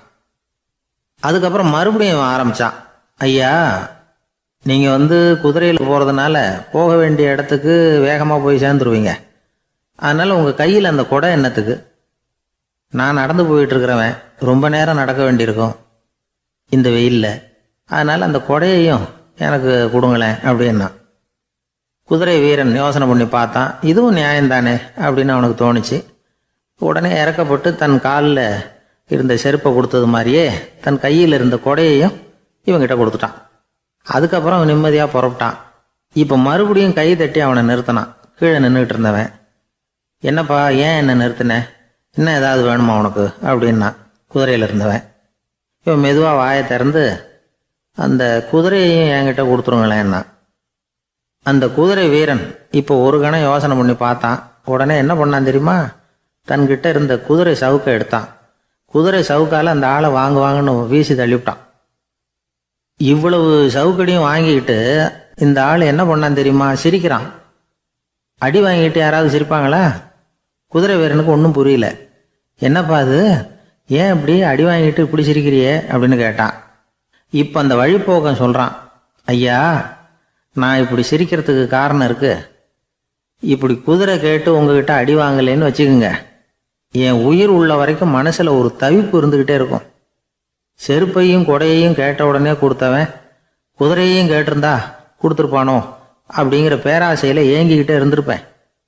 இப்போ உங்ககிட்ட அடி வாங்கின பிறகு என்னுடைய அந்த சந்தேகம் தீர்ந்து போச்சு. என்னுடைய ஆசைக்கு எல்லை எது அப்படிங்கிறத எனக்கு புரிஞ்சுட்டுது அப்படின்னு சொல்லிவிட்டு அவன் நடக்க ஆரம்பிச்சிட்டானான். ஆசைக்கும் எல்லை உண்டு அப்படிங்கிறத விளக்கறதுக்காக வாரியார் சுவாமிகள் சொல்கிற கதை இது. இந்த காலத்துலேயும் ஒருத்தன் அது மாதிரி கொடை செருப்போட குதிரையில் போய்கிட்டு இருந்தான். எதிரில் நடந்து வந்தவன், ஐயா உங்கள் கொடையை எனக்கு கொடுங்களேன்னு கேட்டான். உடனே அவன் குதிரையிலேருந்து கீழே குதிச்சு அவனை சாட்டையால் அடிக்க ஆரம்பிச்சிட்டான். இன்னொருத்தர் அந்த வழியாக வந்தவர் இதை பார்த்தார். ஏன்பா அவன் கேட்டான், உன்னால் முடியலன்னா இல்லைன்னு சொல்லிட வேண்டியது தானே, அதுக்காக ஏன் இப்படி அவனை போட்டு அடிக்கிறேன்னு கேட்டார். உங்களுக்கு விவரம் புரியாது சார், காலம் ரொம்ப கெட்டு போச்சு. கேட்டதை கொடுத்தேன்னு வச்சுக்கோங்க, இந்த குதிரையே என்னோடது, அவன் திருடிக்கிட்டு போகிறான் அப்படின்னு என் பேரில் புகார் கொடுக்க ஆரம்பிச்சிருவான் சார் அப்படின்னா. அது எப்படி அவ்வளோ உறுதியாக சொல்கிறேன்னு கேட்டார் அவர். ஏற்கனவே அது மாதிரி ஒருத்தன் பேரில் புகார் கொடுத்துட்டு தான் இந்த குதிரையை நான் தள்ளிட்டு வந்துகிட்டு இருக்கிறேன் அப்படின்னார்.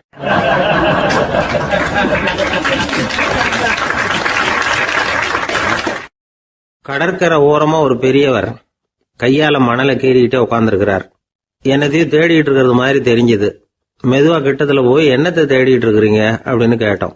அவரு சாவகாசமா நிமிந்து பார்த்து நிம்மதியை தேடிட்டு இருக்கிறேன்னார். நாங்க ஒரு மாதிரி ஆயிட்டோம்.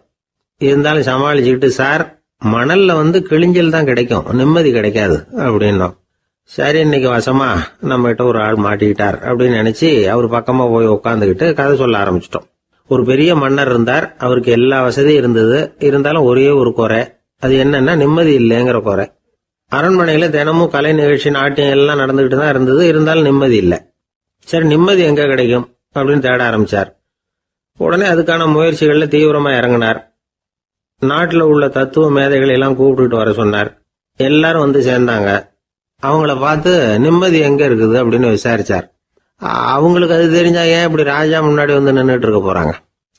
ராஜாவோட கேள்விக்கு ஒவ்வொருத்தரும் ஒவ்வொரு மாதிரி விளக்கம் கொடுக்க ஆரம்பிச்சிட்டாங்க. எந்த பதிலும் ராஜாவுக்கு திருப்தி அளிக்கக்கூடிய அளவுக்கு இல்லை. சரி, போயிட்டு வாங்கன்னு சொல்லி அவங்கள எல்லாம் அனுப்பி வச்சுட்டார். ஒரு நாள் அவர் மாளிகையில உப்பருகையில நின்றுட்டு இருக்கிறார். அந்த சமயத்துல தெருவுல ஒரு பிச்சைக்காரன் ரொம்ப உல்லாசமா பாட்டு பாடிக்கிட்டே போயிட்டு இருக்கிறான். குரல்ல ஒரு சந்தோஷம், நடையில ஒரு மிடுக்கு. அவங்கிட்ட கொஞ்சம் கூட கவலை இருக்கிறதா தெரியல. உடனே ராஜா அதை பார்த்தார். ஏவலாளிகளை கைதட்டி கூப்பிட்டார். உடனே ஓடி போய் அந்த பிச்சைக்காரனை இங்க அழைச்சிட்டு வாங்கன்னு உத்தரவு போட்டார். இவங்க உடனே ஓடி போய் அவனை கூப்பிட்டாங்க. அரண்மனைக்கு வாழ்ந்தாங்க. அவன் வரல. அரண்மனைக்குள்ள அடி எடுத்து வைக்க மாட்டேன்னு சொல்லிவிட்டான். ராஜா கிட்ட விஷயத்தை சொன்னாங்க. அவருக்கு ரொம்ப ஆச்சரியம், இப்படி ஒரு ஆள் இருக்கிறானா அப்படின்னு. சரி, அவன் என்னதான் சொல்றான், அப்படின்னு விசாரிச்சார். இவங்க மறுபடியும் தெருவுக்கு போய் கேட்டாங்க, என்ன பார்க்கணும்னா ராஜா விருப்பப்பட்டாருன்னா அவரை வேணும்னா இங்க வர சொல்லுங்க அப்படின்னு சொல்லிவிட்டான். அதை ராஜா கிட்ட சொன்னாங்க. அவருக்கு கோபம் வரல. இவ்வளவு சுதந்திர உணர்வோடு இருக்கிறவன் சாதாரண ஆளா இருக்க முடியாது அப்படின்னு நினைச்சார். உடனே கிடுகிடுன்னு இறங்கி தெருவுக்கு வந்தார். பிச்சைக்காரங்கிட்ட போனார். நீ கவலைப்படாம சந்தோஷமா பாடிக்கிட்டு போறியே, அது எப்படி முடியுது உன்னால அப்படின்னு கேட்டார். ஏன் அப்படி கேக்குறீங்கன்னா அவன், அதுக்கு இல்ல, எனக்கு அரண்மனையில எவ்வளவோ சுகபோகங்கள்லாம் இருக்கு, இருந்தாலும் நிம்மதி இல்ல. இது ஏன்னு எனக்கு தெரியல.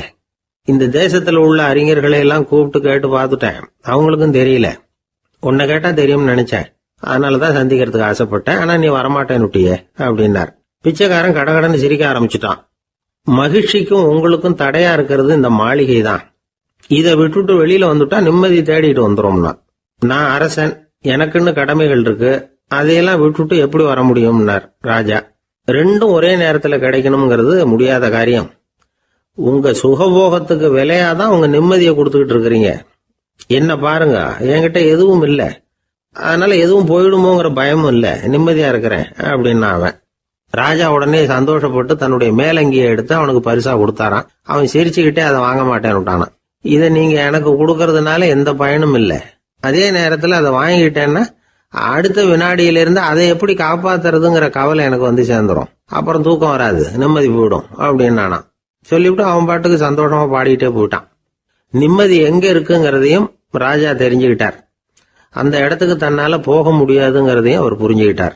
இப்படி இந்த கதைய அந்த கடற்கரையில மணலை கீறிக்கிட்டே உட்கார்ந்துருந்தார அந்த பெரியவர்கிட்ட சொல்லி முடிச்சோம். அவர் முகத்துல ஒரு தெளிவு தெரிஞ்சது. எங்களை நிமிர்ந்து பார்த்தார். ரொம்ப நன்றிங்க, இப்ப எனக்கு தெரிஞ்சு போச்சு, நிம்மதி வேணும்னா அதுக்கு என்ன பண்ணணும்னு இப்ப நல்லா புரிஞ்சுக்கிட்டேன் அப்படின்னார். என்ன புரிஞ்சுக்கிட்டீங்கன்னு கேட்டோம். இனிமே இந்த பக்கம் வந்தா உங்க கண்ணுல படாத இடமா பார்த்து உட்காரணும்னு புரிஞ்சுக்கிட்டேன் அப்படின்னார்.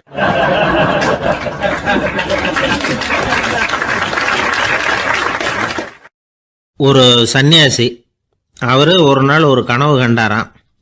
அந்த கனவுல அவர் சொர்க்கத்துக்கு போறார். அங்க ஒரு பெரிய திருவிழா நடந்துகிட்டு இருக்குது. எங்க பார்த்தாலும் அலங்கார வளைவுகள், வண்ணமயமான விளக்குகள், பாதைகள் பூரா மலர்கள், எல்லா கட்டடங்களும் ஒளிமயம். அவ்வளவு கோலாகலமா பிரம்மாண்டமா அந்த திருவிழா நடந்துகிட்டு இருக்குது. அது என்ன திருவிழாங்கிறது இந்த சன்னியாசிக்கு புரியல. அங்க எதிரில் வந்துகிட்டு இருந்த ஒருத்தரை நிறுத்தி, என்ன விசேஷம் இங்க அப்படின்னு விசாரிச்சாராம். உனக்கு தெரியாத விஷயம், இன்னைக்கு இறைவனுக்கு பிறந்த நாள், அதை தான் எல்லாரும் சேர்ந்து கொண்டாடுறோம். இதுக்காக பிரம்மாண்டமான ஊர்வலம் ஒன்று வரப்போகுது, இறைவனே அந்த ஊர்வலத்தில் கலந்துக்கிறார் அப்படின்னார் அவர். உடனே அந்த சன்னியாசி ஒரு மரத்து நிழல்ல ஒதுங்கி நின்றுக்கிட்டார். ஊர்வலம் வந்துகிட்டு இருக்குது. முதல்ல ஒரு குதிரை வந்துகிட்டு இருக்கு, அது மேலே ஒருத்தர் உட்காந்துருக்கிறார். அவருக்கு பின்னாடி நிறைய பேர் கூட்டமாக வந்துகிட்டு இருக்கிறாங்க. இவ்வளவு கூட்டம் இவர் பின்னாடி வருதே, யார் இவர் அப்படின்னு கேட்டார். ஒரு மதத்தின் பெயரை சொல்லி, இவர் அந்த மதத்தின் தலைவர், அவரை பின்பற்றுகிற மக்கள் கூட்டம் பின்னாடி வந்துகிட்டு இருக்குது அப்படின்னு விவரம் சொல்லியிருக்கிறாங்க. இவங்களுக்கு அடுத்தபடியா இன்னொரு குதிரையில் ஒருத்தர் வந்துகிட்டு இருக்கிறார். அவருக்கு பின்னாடி ஏகப்பட்ட கூட்டம். இவர் யாருங்க அப்படின்னு கேட்டிருக்கார் சன்னியாசி.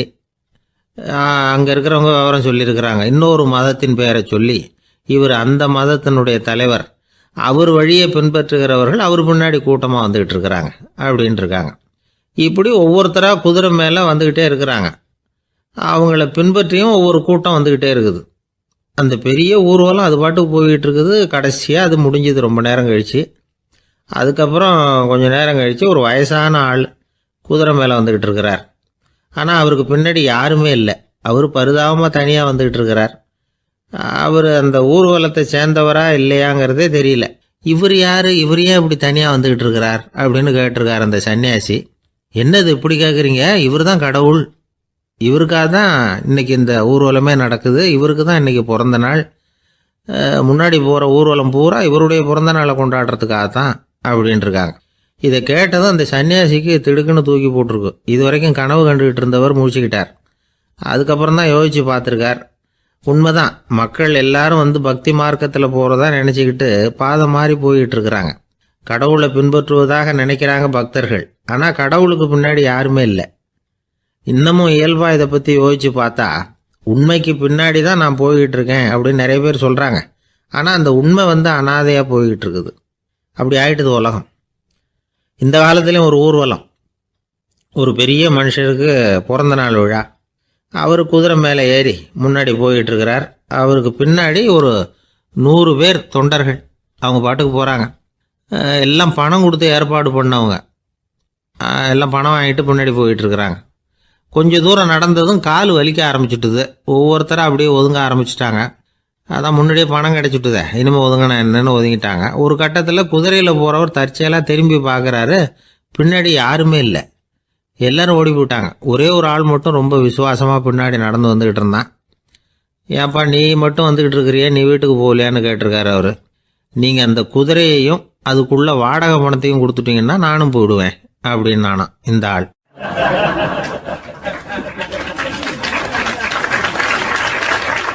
ஒரு ஊரில் ஒரு ஆள் இருந்தான்.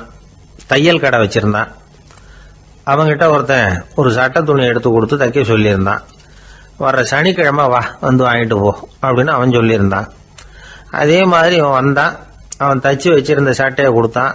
இவன் வாங்கி அங்கேயே போட்டு பார்த்தான். கை நீளம் ஒன்றுக்கு ஒன்று வித்தியாசமாக இருந்தது. வலது கை இடது பக்கத்தை விட நீளம் குறைச்சலாக இருந்தது.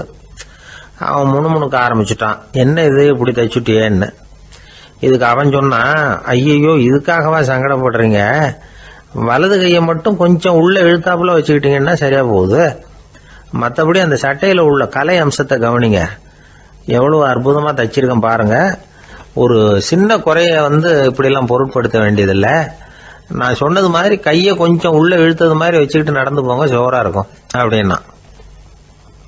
அவனும் யோசிச்சு பார்த்தான். சரியான யோசனையாக தான் தோணுச்சு. கொஞ்சம் முயற்சி பண்ணி வலது கையை கொஞ்சம் உள்ள இழுத்து சட்டை சரியாக இருக்கிறது மாதிரி பண்ணிக்கிட்டான். இப்போ மறுபடியும் ஒரு பிரச்சனை. வலது கையை உள்ள இழுத்த மாதிரி அப்படியே வச்சுக்கிட்டதும் முதுகு பக்கம் கொஞ்சம் துணி தளர்த்தியாக தொங்குறது மாதிரி தெரிஞ்சுது. என்ன இது முதுகு பக்கம் துணி குவிஞ்சுட்டுதே, தொங்குதே அப்படின்னா மறுபடியும், அடடா இதுக்காகவா கவலைப்படுறீங்க, உடம்ப அதுக்கு தகுந்த மாதிரி கொஞ்சம் வளைச்சிக்கிட்டா சரியா போடுது. இதுக்காக அந்த அழகான தையலை பிரித்து அதில் உள்ள கலை அம்சத்தை கெடுக்கிறதுக்கு என் மனசு இடம் தரல. எவ்வளவுக்கு தளர்த்தியா இருக்கோ அவ்வளவுக்கு கொஞ்சம் உடம்ப வளைச்சி அப்படி குனிஞ்சது மாதிரி போங்க போதும் அப்படின்னா. அதுவும் நல்ல யோசனையாக தான் பட்டுது இவனுக்கு. சரின்னு சொல்லிவிட்டு புறப்பட்டான். தெருவில் இறங்கினான். கையை கொஞ்சம் உள்ள இழுத்தான். உடம்ப கொஞ்சம் முன்னால் வளைச்சான். சட்டைக்கு தகுந்த மாதிரி உடம்ப பண்ணிக்கிட்டான். மெதுவாக நடந்து போகிறான். இப்போ எதிரில் இன்னொருத்தன் வரான். இவனை பார்க்குறான். இவன் போட்டிருக்கிற சட்டையை பார்க்குறான். ஆஹா அற்புதம்ங்கிறான். சும்மா சொல்லக்கூடாது, ரொம்ப நல்லா இருக்குது. நிச்சயமா இது இந்த ஊர் மேல தெருவில் இருக்கிற ஒருத்தன் இருக்கானே, அவன் தைச்சதா தான் இருக்கணும் அப்படின்னா. இதை கேட்டதும் அவனுக்கு ஆச்சரியம். எப்படி அவ்வளவு கரெக்டாக கண்டுபிடிச்சிங்க அப்படின்னு கேட்டிருக்கான். இதுக்கு அந்த வழிபோகன்னு சொன்னானா, அவன் ரொம்ப கெட்டிக்காரன். உங்களை மாதிரி உடம்பும் கையும் வளைஞ்சு போன ஒரு ஆசாமிக்கு அவனை தவிர வேற யாராலேயும் இவ்வளவு பொருத்தமான ஒரு சட்டையை தைக்க முடியாது அப்படின்னானா. பாருங்க, அவனுக்காக இவன் அனுசரிக்க போய் இவனோட நிலைமை எப்படி ஆயிடுது பாருங்க.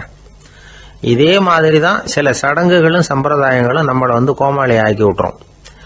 எதுவா இருந்தாலும் அதுல அறிவுபூர்வமான அணுகுமுறை அவசியம். ஒரு நர்ஸ் அவசரமா ஓடி டாக்டர் கிட்ட சொல்லிச்சான், டாக்டர் ஒரு தப்பு நடந்து போச்சு, 10ஆம் நம்பர் பெட்ல இருக்கிற பேஷண்ட்டுக்கு காலில் ஆபரேஷன் பண்றதுக்கு பதிலாக கையில் ஆபரேஷன் பண்ணி விட்டீங்க. கை ஆபரேஷன் பண்ணிக்க வேண்டிய ஆள் 7ஆம் நம்பர் பெட்ல இருக்கார் அப்படின்னு தான். அதுக்கு ஒரு பதட்டப்படாம சொன்னாராம், பரவாயில்ல இவரை தூக்கி 7ஆம் நம்பர் பெட்ல போட்டுரு அப்படின்னாராம்.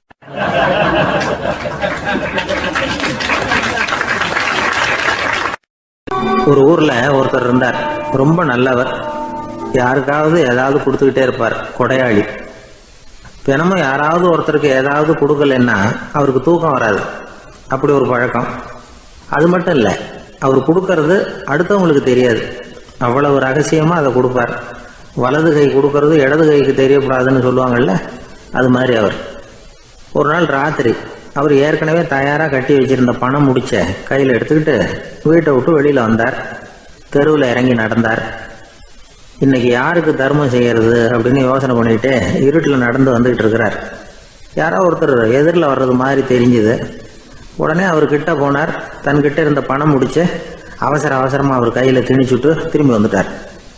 அப்பாடா, ஒரு வழியாக யாருக்கும் தெரியாமல் இன்னைக்கு தர்மம் பண்ணியாச்சு அப்படிங்கிற மகிழ்ச்சி, மன நிறைவு அவர் முகத்தில். நிம்மதியாக தூங்கினார். அப்புறம் எழுந்திரிச்சார். மறுநாள் காலையில் ஊர் பூரா ஒரே பேச்சு. என்ன பேச்சுன்னா, நேற்று ராத்திரி ஒரு திருடன் கையில் யாரோ பணத்தை கொடுத்துட்டு போயிருக்கிறாங்க அப்படின்னு எல்லாரும் பேசிக்கிட்டு இருக்கிறாங்க. இதை கேள்விப்பட்டதும் அந்த பெரியவருக்கு ரொம்ப வருத்தமாக போச்சு. அடடா, போயும் ஒரு திருடனுக்காக உதவி பண்ணியிருக்கிறோம், பிரயோஜனம் இல்லாமல் போட்டுதே அப்படின்னு நினைச்சார். சரி, இன்னைக்கும் யாருக்காவது உதவி பண்ணணும் அப்படின்னு முடிவு பண்ணினார். ராத்திரி நேரம் வந்தது. இவர் வழக்கம் போல தெருவில் இறங்கி நடந்தார். கையில் பணம் முடிச்சு. எதிரில் ஒரு பெண் உருவம் மங்கலா தெரிஞ்சது. இவர் உடனே அந்த பெண்கிட்ட பணத்தை கொடுத்துட்டு திருப்தியாக திரும்பி வந்துட்டார். மறுநாள் காலையில் ஊர் பூரா என்ன பேசிக்கிட்டாங்க தெரியுமா? நேற்று ராத்திரி நெறி தவறி நடக்கிற ஒரு பெண்ணின் கையில் யாரோ பணத்தை வச்சுட்டு போயிருக்கிறாங்க அப்படின்னு எல்லாரும் பேசிக்கிறாங்க. அடடா, இன்னைக்கும் தவறுதலாக நடந்து போச்சு அப்படின்னு ஒரு வருத்தப்பட்டார். இருக்கட்டும், இன்னைக்கும் ஏதாவது தர்மம் பண்ணுவோம் அப்படின்னு நினச்சிக்கிட்டாரு. 3வது நாள் ராத்திரியும் புறப்பட்டார். இப்பவும் எதிரில் ஒருத்தர் வந்தார். இவர் பணத்தை கொடுத்தார், திரும்பி வந்துட்டார்.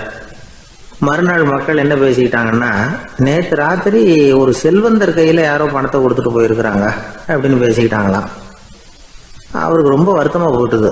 என்ன இது, தினம் இப்படி ஆகிக்கிட்டு இருக்குதே அப்படின்னு நினச்சிக்கிட்டே படுத்து தூங்கினார். அன்னைக்கு ராத்திரி ஒரு கனவு. அந்த கனவுல இறைவன் வந்து சொன்னாராம், இதை பாருப்பா, நீ கொடுத்த தர்மம் வீணா போயிடல. உன்கிட்ட பணம் வாங்கின அந்த திருடன் திருந்திட்டான், அந்த பொண்ணும் திருந்திட்டா, அந்த செல்வந்தனும் கொடையாளி ஆயிட்டான், எல்லாருக்கும் உதவி பண்ண ஆரம்பிச்சுட்டான் அப்படின்னு சொன்னாராம். இந்த கதையை சொன்னவர் யாருன்னா நபிகள் நாயகம்.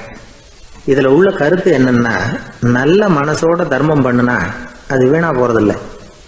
இன்னொரு கருத்து, தர்மம் வந்து தன்னை மட்டுமல்ல அடுத்தவங்களையும் தீமையிலிருந்து காப்பாற்றும். இதுதான் நாம புரிஞ்சிக்க வேண்டியது.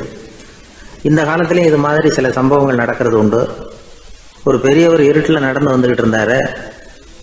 எதிரில் வந்த ஒருத்தன் வலுக்கட்டாயமாக ஒரு கையை பிடிச்சி ஒரு பண முடிப்பை கொடுத்து வச்சுக்க சொல்லிவிட்டு விலகி போயிட்டான்.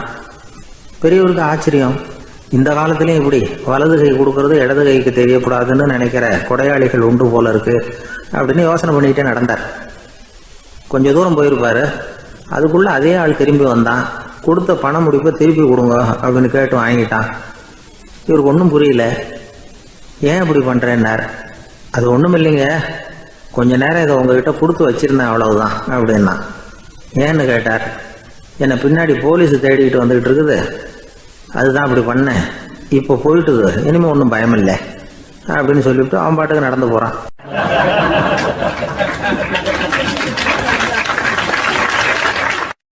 தான் மட்டும் வாழ்ந்தா போதும் அப்படின்னு நினைக்கிறவங்களும் உண்டு. தானும் வாழணும், அடுத்தவங்களும் வாழணும் அப்படின்னு நினைக்கிறவங்களும் உண்டு. முதல்ல சொன்ன வகையை சேர்ந்த மனிதர்கள் எப்படி தெரியுமா? எப்படியாவது தான் மட்டும் வாழ்ந்தால் போதுங்கிற நினைப்பு தான் எப்பவும் அவங்களுக்கு இருக்கும். தங்களுடைய வளர்ச்சிக்கு எது தடையா இருந்தாலும் சரி, யார் தடையா இருந்தாலும் சரி, அதை அழிச்சுட்டு தான் மறுவேலை பார்ப்பாங்க. அவங்கெல்லாம் பாவ காரியங்களுக்கு தயங்குறதே இல்லை. அப்படிப்பட்ட வாழ்க்கை அவங்களுக்கே இடைஞ்சல அமைஞ்சு விடுறது உண்டு. அதை விளக்கறதுக்கு ஒரு கதையும் உண்டு. ஒரு ஊர்ல அப்படிப்பட்ட ஆள் ஒருத்தன் இருந்திருக்கான். நிறைய பாவங்களை செஞ்சவன். அதன் காரணமா நரகப்படுகொழியில விழுந்துட்டான். நரகப்படுகொழிங்கிறது ஒரு பெரிய கிணறு மாதிரி. ஏற்கனவே பாவம் செஞ்சவங்க நிறைய பேர் அதில் விழுந்து கிடக்குறாங்க. உள்ள ஏகப்பட்ட சத்தம், எல்லாம் அந்த பாவாத்மாக்கள் போடுற சத்தம். இப்போ விழுந்தானே, இவனும் சத்தம் போட்டான். இவன் போடுற சத்தம் கொஞ்சம் அதிகமாக கேட்டுது. இந்த கிணத்துக்கு பக்கத்துல புத்தர் உட்கார்ந்துருக்கிறார். அவர் காதுல இவன் போடுற சத்தம் விழுந்தது. உடனே அந்த கிணத்தடிக்கு போனார். குனிஞ்சு பார்த்தார். சாமி, என்னை காப்பாத்துங்க அப்படின்னு கத்தனா இவன். புத்தர் அவனை கொஞ்சம் கவனிச்சு பார்த்தார். மனித சமுதாயத்துக்கு அவன் என்னென்ன கெடுதல் பண்ணியிருக்கிறாங்கிற விவரம்லாம் அவர் மனக்கண்ணில் தெரிஞ்சது.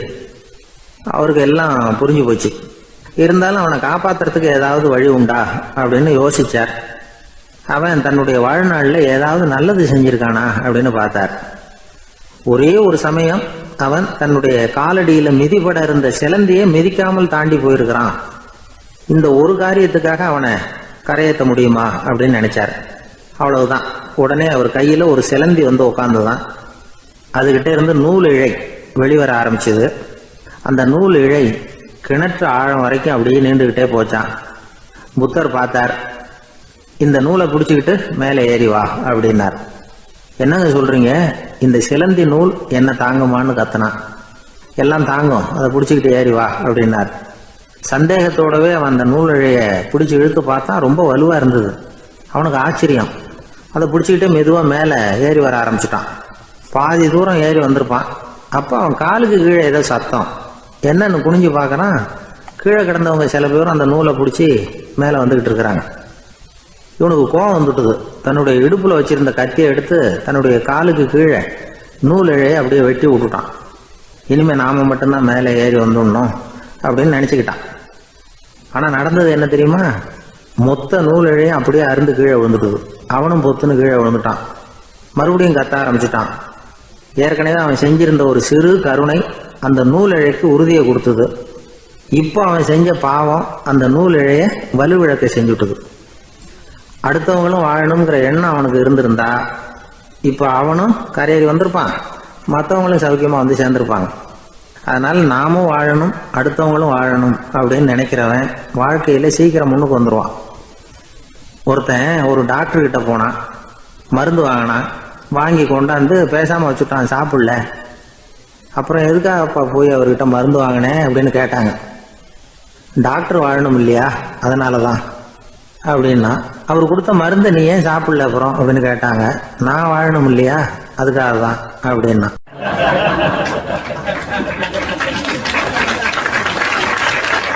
அவர் ஒரு பெரிய குடும்பத்தில் பிறந்தவர். இருக்கிற சொத்துக்கள் எல்லாத்தையும் வாரி வழங்கி விட்டு காட்டுக்கு புறப்பட்டார் தவம் செய்யறதுக்காக. இருந்தது ஊராவும் கொடுத்துட்டார். இனிமே எதுவுமே இல்லை கொடுக்கறதுக்கு. அப்போ கடைசியா ஒருத்தன் வந்து கையை நீட்டினானா, ஐயா ஏதாவது கொடுங்கன்னு இருக்கான். அவர் பார்த்தார். கட்டியிருக்கிற வேட்டியை தவிர வேற எதுவுமே இல்லை. 8 முழம் பட்டு வேட்டி, ஜரிகை கரையோடு இருக்குது. கடைசியா அதை தான் எடுத்துக்கிட்டு அவர் புறப்பட்டு இருக்கார். அவர் பார்த்தார், எதிரில் அவன் பரிதாபமா நின்றுகிட்டு இருக்கிறான். அந்த 8 முழ வேட்டியை 2ஆ கிழிச்சார். 4 முழத்தை அவங்ககிட்ட கொடுத்தாரு. மீதி 4 முழத்தை தன்னுடைய இடுப்புல கட்டிட்டு அவர் காட்டுக்கு போயிட்டார்.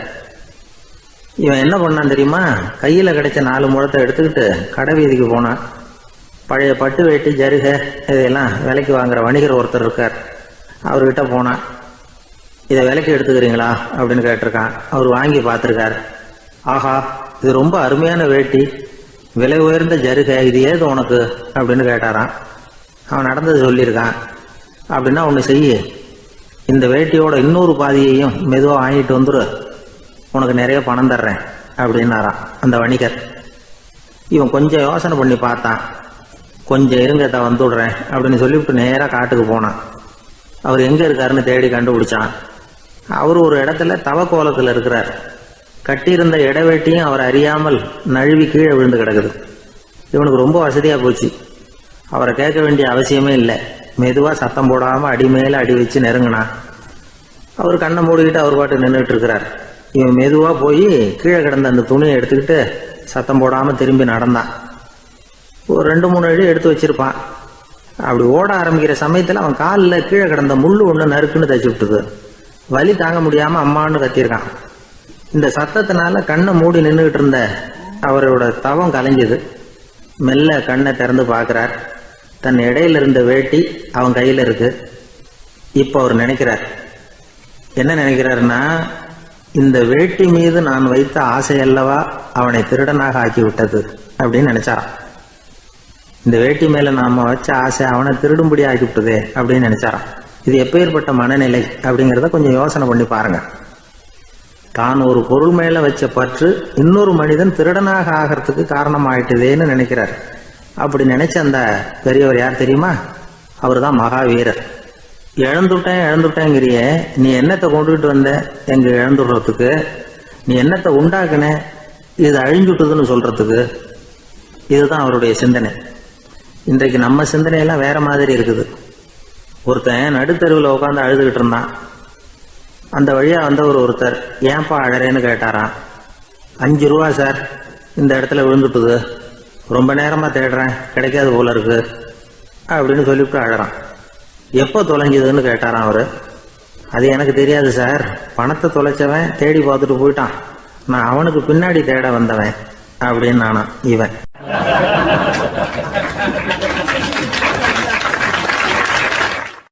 ஊரில் ஒரு ஆள் இருந்தான். அவன் ஒரு நாள் கோயிலுக்கு போனான். கடவுள்கிட்ட வேண்டிக்கிட்டான், எனக்கு ஒரு 1,00,000 ரூபா நீ கொடுத்தா நான் உன் சன்னதியில் ஒரு தேங்காய் உடைக்கிறேன் அப்படின்னு வேண்டிக்கிட்டான். கடவுள் பார்த்தார். உடனே அவன் கண் முன்னாடி தோன்றினார். இந்தா நீ கேட்ட 1,00,000 ரூபாய் அப்படின்னு சொல்லி அவன் கையில் பணத்தை கொடுத்துட்டு மறைஞ்சிட்டார். இவனால் நம்பவே முடியல. இவ்வளவு சுலபமாக கிடைக்கும்னு தெரிஞ்சிருந்தா அனாவசியமாக ஒரு தேங்காய் உடைக்கிறேன்னு வேண்டியிருக்க வேண்டியது இல்லையே அப்படின்னு நினச்சான். இருந்தாலும் வேண்டுதலை நிறைவேற்ற வேண்டியது கடமை. அதுக்காக என்ன பண்ணால், பக்கத்தில் ஒரு கடைக்கு போனான். ஒரு தேங்காயை கையில் எடுத்தான். இது என்ன விலைன்னு கேட்டான். 5 ரூபான்னார் கடையில் இருந்தவர். அதிகமாக இருக்குதே விலைன்னா. அப்படின்னா ஒன்று செய்யுங்க, அடுத்த ஊருக்கு போங்க, அங்கே தென்னந்தோப்பு அதிகம், அதனால் அங்கே இதை விட குறைஞ்ச விலைக்கு கிடைக்கும் அப்படின்னார். சரின்னு அடுத்த ஊருக்கு கிளம்புனான். அங்கே போய் விசாரித்தான். ஒரு தேங்காய் 3 ரூபாய் விலைன்னாங்க. இதுவும் அதிகமாக தெரியுதேன்னா.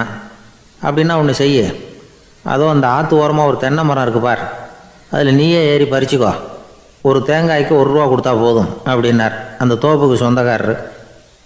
இவனுக்கு மரம் ஏற தெரியாது, இருந்தாலும் ஆசை யாரை விட்டுது, விலை சல்லிசாக இருக்குதே. ஆற்று ஓரம் போனால் தட்டு தடுமாறி அந்த மரத்தில் ஏறினா அந்த தென்னை மரம் வளைஞ்சி ஆற்று பக்கம் போய் அப்புறம் நிமிர்ந்து இருந்தது. அதாவது மரத்தின் உச்சி சரியாக ஆற்றுக்கு நடுவில் இருந்தது. ஆற்றுல வெள்ளம் கரை புரண்டு ஓடிக்கிட்டு இருக்கு.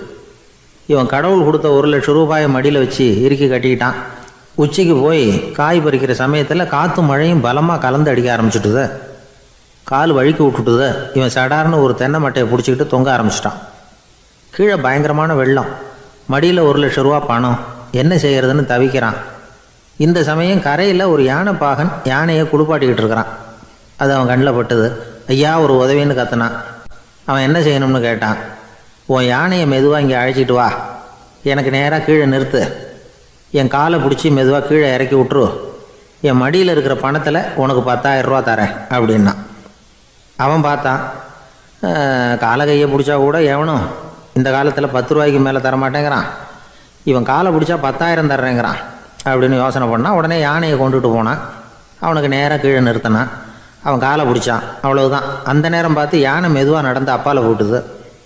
இப்போ யானை பாகன் அவன் காலை கெட்டியாக பிடிச்சிக்கிட்டு தொங்குறான். பரிதாபமாக மேலே பார்க்குறான். அவன் மட்டையை பிடிச்சிக்கிட்டு தொங்குறான். இப்போ யானை பாகன் சொல்கிறான், தம்பி மட்டையை விட்டுறாத, கெட்டியாக பிடிச்சிக்கோ, நான் உனக்கு 10,000 ரூபா தரேன், இதோ மடியில் தான் வச்சுருக்கேன்னா. மேலே தொங்குறவனுக்கு இந்த நிலைமையிலேயும் ஒரு சந்தோஷம், மேற்கொண்டு ஒரு 10,000 ரூபா நமக்கு கிடைக்கும் போல இருக்கே அப்படின்னு. இந்த சமயத்தில் ஒருத்தன் ஒட்டகத்தை ஓட்டிகிட்டு வந்தான் அந்த பக்கமாக குளிப்பாட்டுறதுக்கு. யானை பாகம் பார்த்துட்டான். ஐயா ஒட்டகக்காரரே, அதை இங்கே கொண்டுகிட்டு வா, எங்கள் காலை பிடிச்சி பத்திரமா இறக்கி விடு, நாங்கள் பணம் கொடுக்குறோம்னா. அவனும் பணத்துக்கு ஆசைப்பட்டு வந்தான். அவன் காலை பிடிக்கிற சமயம் ஒட்டகமும் நழுவி போட்டுது. இப்போ 3 பேருமே வரிசையாக தொங்குறாங்க. ஒட்டகக்காரன் கத்துறான், தம்பி மட்டையை விட்டுறாத, கெட்டியாக பிடிச்சிக்கோ, நான் என் மடியில் இருக்கிற 5,000 உனக்கு தந்துடுறேன்னா. மேலே தொங்குறவனுக்கு இன்னமும் சந்தோஷம், இவனும் பணம் தர்றேங்கிறான் அப்படின்னா இன்றைக்கி நமக்கு மொத்த பண வரவு எவ்வளவு அப்படின்னு ஒவ்வொன்றா கூட்டி பார்க்க ஆரம்பித்தான். மனக்கணக்கு சரியாக வரல. அதனால் அப்படியே விரலை விட்டு எண்ண ஆரம்பித்தான். அவ்வளவுதான், மட்டையை விட்டுட்டு கை நழுவி வந்துட்டுது. 3 பேரும் பொத்துன்னு ஆற்றுல விழுந்தாங்க. படாத பாடுபட்டு தட்டு தடுமாறி கரைக்கு வந்து சேர்ந்தாங்க. 3 பேர் மடியில் இருந்த பணமும் ஆற்றோட போட்டுது. பேராசை பெருநஷ்டம் அப்படின்னு ஒரு பழமொழி இருக்குல்ல, அதை விளக்கறதுக்காக சொல்லப்பட்ட கதை இது. இந்த காலத்தில் ஒருத்தர் ஒரு நீச்சல் குளத்தில் நீச்சல் அடிச்சுக்கிட்டு இருக்கிறார். காவலுக்கு இருந்தவர் அதை கவனிச்சுட்டார். கரையிலேருந்து சத்தம் போட்டாராம், இதோ பாருங்கள், இங்கே ராத்திரி 8 மணிக்கு மேலே நீச்சல் அடிக்கிறது சட்டப்படி குற்றம், அதுக்கு அனுமதி கிடையாது, தெரியாதா உங்களுக்கு அப்படின்னாராம். இதுக்கு அவர், ஐயையோ நான் நீச்சல் அடிக்க வந்தவன் இல்லைங்க, சும்மா சுற்றி பார்க்க வந்தவன், தடுமாறி குளத்தில் விழுந்துட்டேன், நீச்சல் தெரியாது, அதனால் தத்தளிச்சுக்கிட்டு இருக்கிறேன் அப்படின்னு கத்துனாராம். கரையில் இருந்தவர் பார்த்தார். ஓ அப்படின்னா சரி, அதுக்கு ஒன்றும் தடை இல்லை அப்படின்னு சொல்லிவிட்டு அவர் பாட்டுக்கு நடந்து போயிட்டாராம்.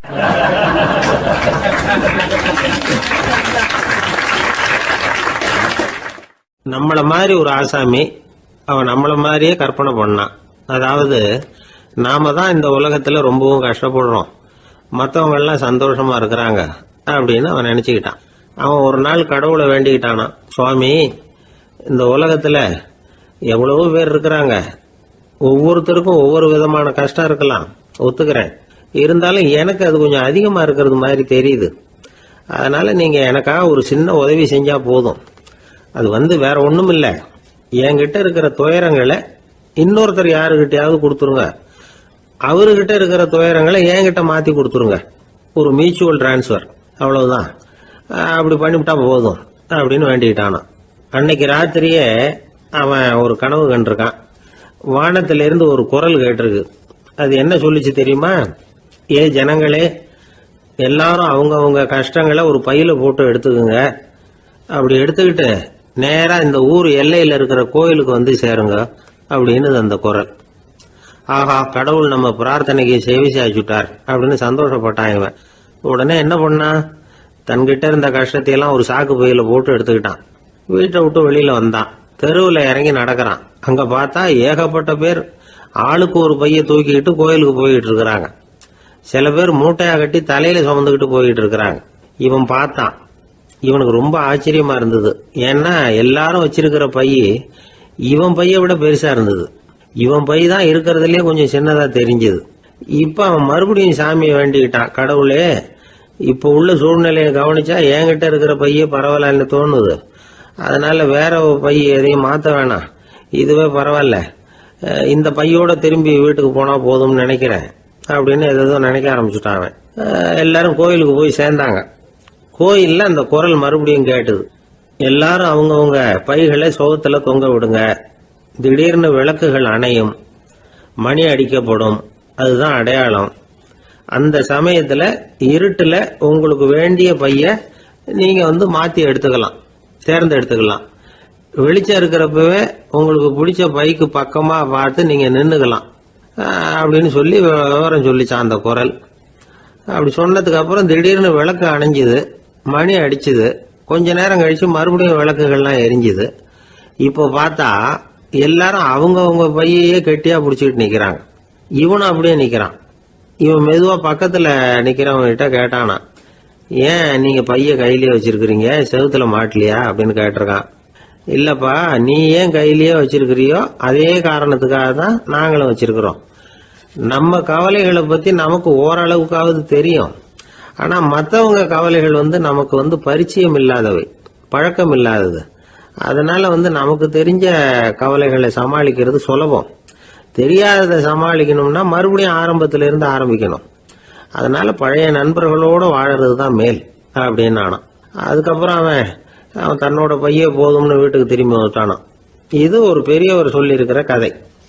அதனால நம்ம கிட்ட இருக்கிற கஷ்டங்கள் தான் பெருசு, அதை இன்னொருத்தங்கிட்ட கொடுத்துட்டு மாத்திக்கலாம் அப்படின்னு நினைக்கிறது தப்பு. இதே மாதிரி இன்னொரு சம்பவம். ஒரு ஊர்ல ஒரு நாள் ராத்திரி ஆகாயத்திலிருந்து கடவுள் குரல் கேக்குது. இந்த ஊர்ல இருக்கிற ஜனங்கள்லாம் கொஞ்சம் கவனிங்க, உங்களுக்கு ஒரு செய்தி. அதாவது இங்க இருக்கிற ஜனங்கள்லயே கொஞ்சம் கூட கவலையே இல்லாத ஆள் யாருன்னு எனக்கு தெரியணும். அதனால எல்லாரும் அவங்க கவலைகளை ஒரு பையில போட்டு எடுத்துக்கிட்டு கோயிலுக்கு வாங்க அப்படின்னாரு கடவுள். உடனே வரிசையா எல்லாரும் வர ஆரம்பிச்சாங்க. எல்லார் கையிலயும் பை இருந்தது, சின்னதும் பெருசுமா. கவலையே இல்லாத ஆள் யாருன்னு தேடினார் கடவுள். ஒரே ஒரு ஆள் மட்டும் கையில எதுவும் இல்லாம வெறும் கையை வீசிக்கிட்டு ரொம்ப ஜாலியா நடந்து வந்துகிட்டு இருந்தான். கடவுள் அவங்ககிட்ட போனார். ஏன்பா, உனக்கு கவலையே இல்லையா அப்படின்னு கேட்டார். எனக்கும் சில கவலைகள்லாம் உண்டு அப்படின்னு அவன். எங்க அதெல்லாம்னு கேட்டிருக்காரு கடவுள். பின்னாடி லாரியில வந்துகிட்டு இருக்கு அப்படின்னு அவன்.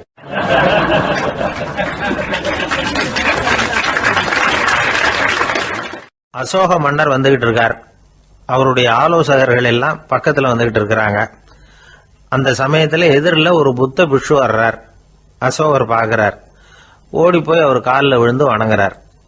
அசோக மன்னரின் தலை அந்த புத்த துறவியின் பாதத்துல பட்டுக்கிட்டு இருக்கு. பக்கத்துல நின்றுகிட்டு இருந்த அமைச்சருக்கு இது ரொம்ப சங்கடமா போச்சு. ரொம்ப வருத்தப்பட்டார். நம்ம அசோக சக்கரவர்த்தி எப்பேற்பட்டவர், அவரோட தலை ஒரு சன்னியாசியின் பாதத்துல படுறதா அப்படின்னு நினைச்சு ரொம்ப கவலைப்பட்டார். அரண்மனைக்கு திரும்பினதும் அமைச்சர் மெதுவா ஆரம்பிச்சார். அரசே, எனக்கு ரொம்ப வருத்தமா இருக்குது அப்படின்னார். எதுக்குன்னார் மன்னர். அசோக சக்கரவர்த்தியின் தலை, அதாவது அந்த சிரம் ரொம்ப மதிப்புமிக்க ஒன்று. அது ஒரு சன்னியாசியின் காலில் படலாமா அப்படின்னார். அசோகர் பதில் சொல்லல, சிரிச்சார், போயிட்டார். அதுக்கப்புறம் ஒரு சரியான சந்தர்ப்பத்துக்காக காத்துக்கிட்டு இருந்தார். ஒரு நாள் அமைச்சரை கூப்பிட்டார். எனக்கு 3 தலைகள் வேணும் அப்படின்னார். சொல்லுங்க, கொண்டுகிட்டு வரேன் அப்படின்னார் அமைச்சர். அசோகர் சொன்னார், முதல்ல எனக்கு தேவையானது ஒரு ஆட்டின் தலை, 2வது ஒரு புலியின் தலை, 3வது ஒரு மனிதனின் தலை. இதுதான் அசோகர் கேட்டது. எங்க இருந்தாலும் கொண்டு வாங்கன்னார். அமைச்சர் புறப்பட்டார். ஆட்டுத்தலை, புலித்தலை கிடைச்சிட்டுது. அப்புறமா ஒரு சுடுகாட்டுக்கு போய் ஒரு மனித தலையும் சேகரம் பண்ணிட்டு ராஜா கிட்ட வந்துட்டார். அரசே, உங்கள் ஆணைப்படி 3 தலைகளையும் கொண்டு வந்திருக்கிறேன்னார். அசோகர் பார்த்தார். ரொம்ப நல்லது, இப்ப இது 3ஐயும் எடுத்துக்கிட்டு போய் சந்தையில வித்துட்டு வாங்க அப்படின்னார். அமைச்சர் அதுகளை எடுத்துக்கிட்டு சந்தைக்கு போனார். முதல்ல ஆட்டுத்தலை நல்ல விலைக்கு வித்து போச்சு. நல்ல விலை கொடுத்து வாங்கிட்டு போட்டாங்க. அடுத்தபடியா புலி தலைய ஒருத்தர் வாங்கிட்டார். அதை பாடம் பண்ணி வீட்டில் மாட்டி வைக்கலாமே அப்படின்னு நினைச்சு அதையும் வாங்கிட்டு போட்டார். மனித தலையை மட்டும் வாங்கறதுக்கு யாரும் முன் வரல. எல்லாரும் அதை பார்த்துட்டு விலைக்கு போக ஆரம்பிச்சாங்க. அமைச்சர் திரும்பி வந்தார். அரசே, இந்த தலையை மட்டும் யாரும் வாங்க மாட்டேங்கிறாங்க அப்படின்னார். சரி, பரவாயில்ல, இதை இலவசமாவே எனாமாவே யாருக்கிட்டையாவது கொடுத்துட்டு வந்துருங்க அப்படின்னார். அமைச்சர் மறுபடியும் சந்தைக்கு போனார். இதை இலவசமா தரேன், இதை வாங்கிக்கோங்க அப்படின்னார். அப்பவும் அதை யாரும் வாங்கிக்கிறதுக்கு தயாரா இல்லை. மறுபடியும் திரும்பி வந்து மன்னர்கிட்ட விவரத்தை சொன்னார். இப்போ மன்னர் சொல்றார், அமைச்சரே, உயிர் இருக்கிற வரைக்கும் தான் இந்த தலைக்கு மதிப்பு. ஜீவன் போனதுக்கு அப்புறம் அதோட மதிப்பும் போயிடுது. அதனால மதிப்பு இருக்கும் பொழுதே பெரியவர்கள் பாதம் பணிந்து அந்த புனிதத்தை பெற்றுக்கொள்ளணும் அப்படின்னார். பணிவுங்கிறது வேற, அடிமைத்தனம்ங்கிறது வேற. பெரியவர்களை பணிவது நமக்கு பெருமை தரக்கூடிய விஷயம். இதை மனசுல வச்சுக்கிட்டு எப்போ காலில் விழணும், எப்போ காலில் விழக்கூடாது அப்படிங்கறத முடிவு பண்ணிக்கணும். ஒரு சாதாரண ஆள் நடந்து வந்துகிட்டு இருந்தார். எதிரில் வந்த ஒரு பெரிய மனுஷன் ஓடி போய் அவர் காலில் விழுந்து தன்னுடைய தலையை அவர் பாதத்துல கொண்டு போய் வச்சார். கொஞ்ச நேரம் கழிச்சு எழுந்திரிச்சு வந்துட்டார். வந்த பிறகு இவரை கேட்டேன், ஏன் திடீர்னு ஓடி போய் அந்த ஆளு காலில் விழுந்தீங்க அப்படின்னு. அவர் போட்டிருக்கிறது என்னோட காணாம போன செருப்பான்னு கண்டுபிடிக்கிறதுக்காக அப்படி விழுந்தேன் அப்படின்னார்.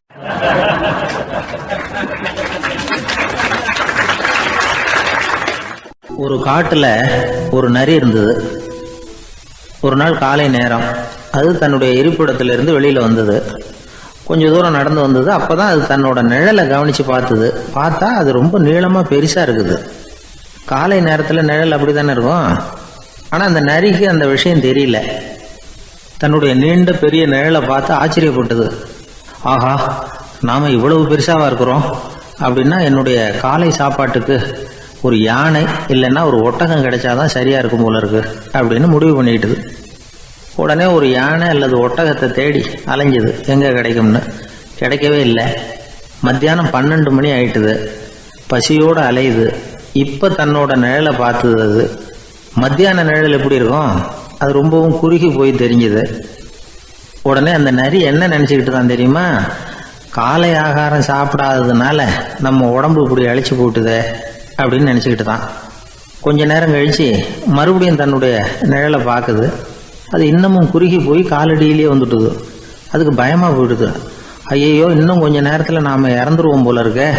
இப்ப என்ன செய்யறது? இந்த சமயத்துல ஒரு எறும்பு கிடைச்சா கூட போதும், அதை நம்ம காலை ஆகாரமா நினைச்சு சாப்பிட்டுள்ளாமே அப்படின்னு நினைச்சுதான். நம்முடைய நிழல் கூட நம்மள மாதிரியே தான் அடிக்கடி மாறிக்கிட்டே தான் இருக்குது. அது எப்பவும் ஒரே மாதிரி இருக்கிறது இல்ல. மனிதனுக்கு ஏற்படுகிற தன்முனைப்பு இருக்கு பாருங்க, ஈகோ, அது கூட ஒரு நிழல் மாதிரி தானா. அப்படி நினைக்க ஆரம்பிச்சுட்டா அதனால ஏதும் பிரச்சனை வராதான். தன்முனைப்பை நிழல் போலவே ஏற்றுக்கொள்ளுங்கள் அப்படிங்கிறது பெரியவங்க கருத்து. ஒரு காரியத்தை வெற்றிகரமா நல்ல விதமா செஞ்சு முடிக்கிறோம்னு வச்சுக்கோங்க. அந்த சமயத்துல ஒரு வித நுட்பமான தற்பெருமை நமக்குள்ள உண்டாகுது. இது இயற்கையானது, அதனால இது மேல பற்று வைக்கக்கூடாது. அப்படி வைக்க ஆரம்பிச்சுட்டா அந்த தற்பெருமை ஒரு நிரந்தர விருந்தாளியா நம்ம கிட்ட தங்கிக்கும். நம்ம நிழல் எப்படின்னு பாருங்க, நாம நடக்கும் பொழுது நம்ம பின்னாடியே வரும். தன்முனைப்பையும் அப்படியே நினைச்சுக்குங்க. நிழல் யாருக்கும் எந்த பிரச்சனையையும் உண்டாக்குறது இல்லை. ஆனா அந்த நிழலை கண்டே நாம பயப்பட ஆரம்பிச்சுட்டா நாம எதுலையும் வெற்றி காண முடியாது. நிழலோட சண்டை போடக்கூடாது. அது மாதிரி தன்முனைப்போடவும் நாம் சண்டை போட வேண்டியதில்லை. இல்லாத ஒன்றோடு சண்டை போடுறது எப்படின்னா, அது இருட்டோட சண்டை போடுறது மாதிரி. நாம நிழல் கிடையாது, நம்ம கிட்ட இருக்கிற தன்முனைப்பு ஒரு நிழல். நம்ம நிழலையும் நமக்கு சமமா பார்க்குறோம் பாருங்க, அங்கதான் சிக்கலே ஆரம்பம். இப்போ நாம நடந்து போய்கிட்டு இருக்கிறோம், நம்ம நிழல் தரையில விழுது. யாரோ ஒருத்தர் நம்ம நிழல் மேல காலை வச்சு நடந்து போறார். உடனே அவர்கிட்ட சண்டைக்கா போறோம், ஏண்டா என் நிழலை மிதிச்ச அப்படின்னு. நமக்கு தெரியும் அது நிழல் தாங்கிறது. அவர் உங்க மேல நடக்கல, உங்களுடைய நிழல் மேலதான் நடக்கிறார். அது மாதிரி உங்க தன்முனைப்பின் மேல யாராவது நடந்தா உங்களை அவமானப்படுத்துறதா நினைக்கிறீங்க. காரணம், நாமளும் நம்ம தன்முனைப்பும் ஒண்ணுங்கிற நினைப்பு தான் காரணம், மற்றபடி வேற ஒன்றும் கிடையாது. நம்ம நிழல் மேல நடக்கிறவர் நம்மளை காயப்படுத்துறது இல்லை. தன்முனைப்பை வேண்டாத ஒன்னாவும் பார்க்க வேண்டியதில்லை. அது இயற்கை.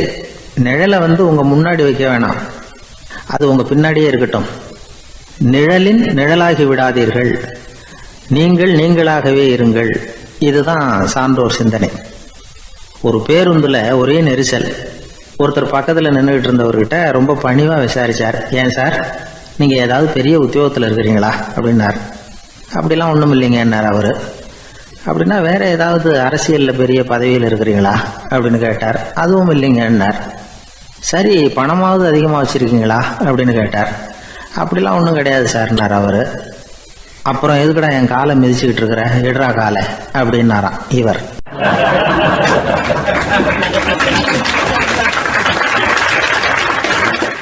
ஒரு ஊர்ல ஒரு பெரியவர் இருந்தார். அவர் ஒரு குரு. அவர் தொடர்ந்து தியான கூட்டங்கள் நடத்துவார். அந்த கூட்டத்தில் கலந்துக்கிறதுக்காக பல ஊர்கள்ல இருந்து சீடர்கள் நிறைய பேர் வருவாங்க போவாங்க. ஒரு நாள் அங்கே கூட்டம் நடந்துகிட்டு இருக்குது. அந்த சமயத்தில் சீடர்களில் ஒருத்தன் என்னத்தையே திருடி விட்டான். மற்ற சீடர்கள் அதை கவனிச்சுட்டாங்க. இவன் ஆப்பிட்டுக்கிட்டான். கூட்டம் முடிஞ்ச பிற்பாடு இவன் திருடின விஷயத்தை அந்த பெரியவர்கிட்ட போய் சொன்னாங்களாம். அவர் கவனத்துக்கு கொண்டுகிட்டு போனாங்க. ஆனால் அவர் இதை காதிலே போட்டுக்கல, கண்டுக்கவே இல்லை. போய் சொன்ன சீடர்களுக்கெல்லாம் ஏமாத்தமாக போயிட்டுது.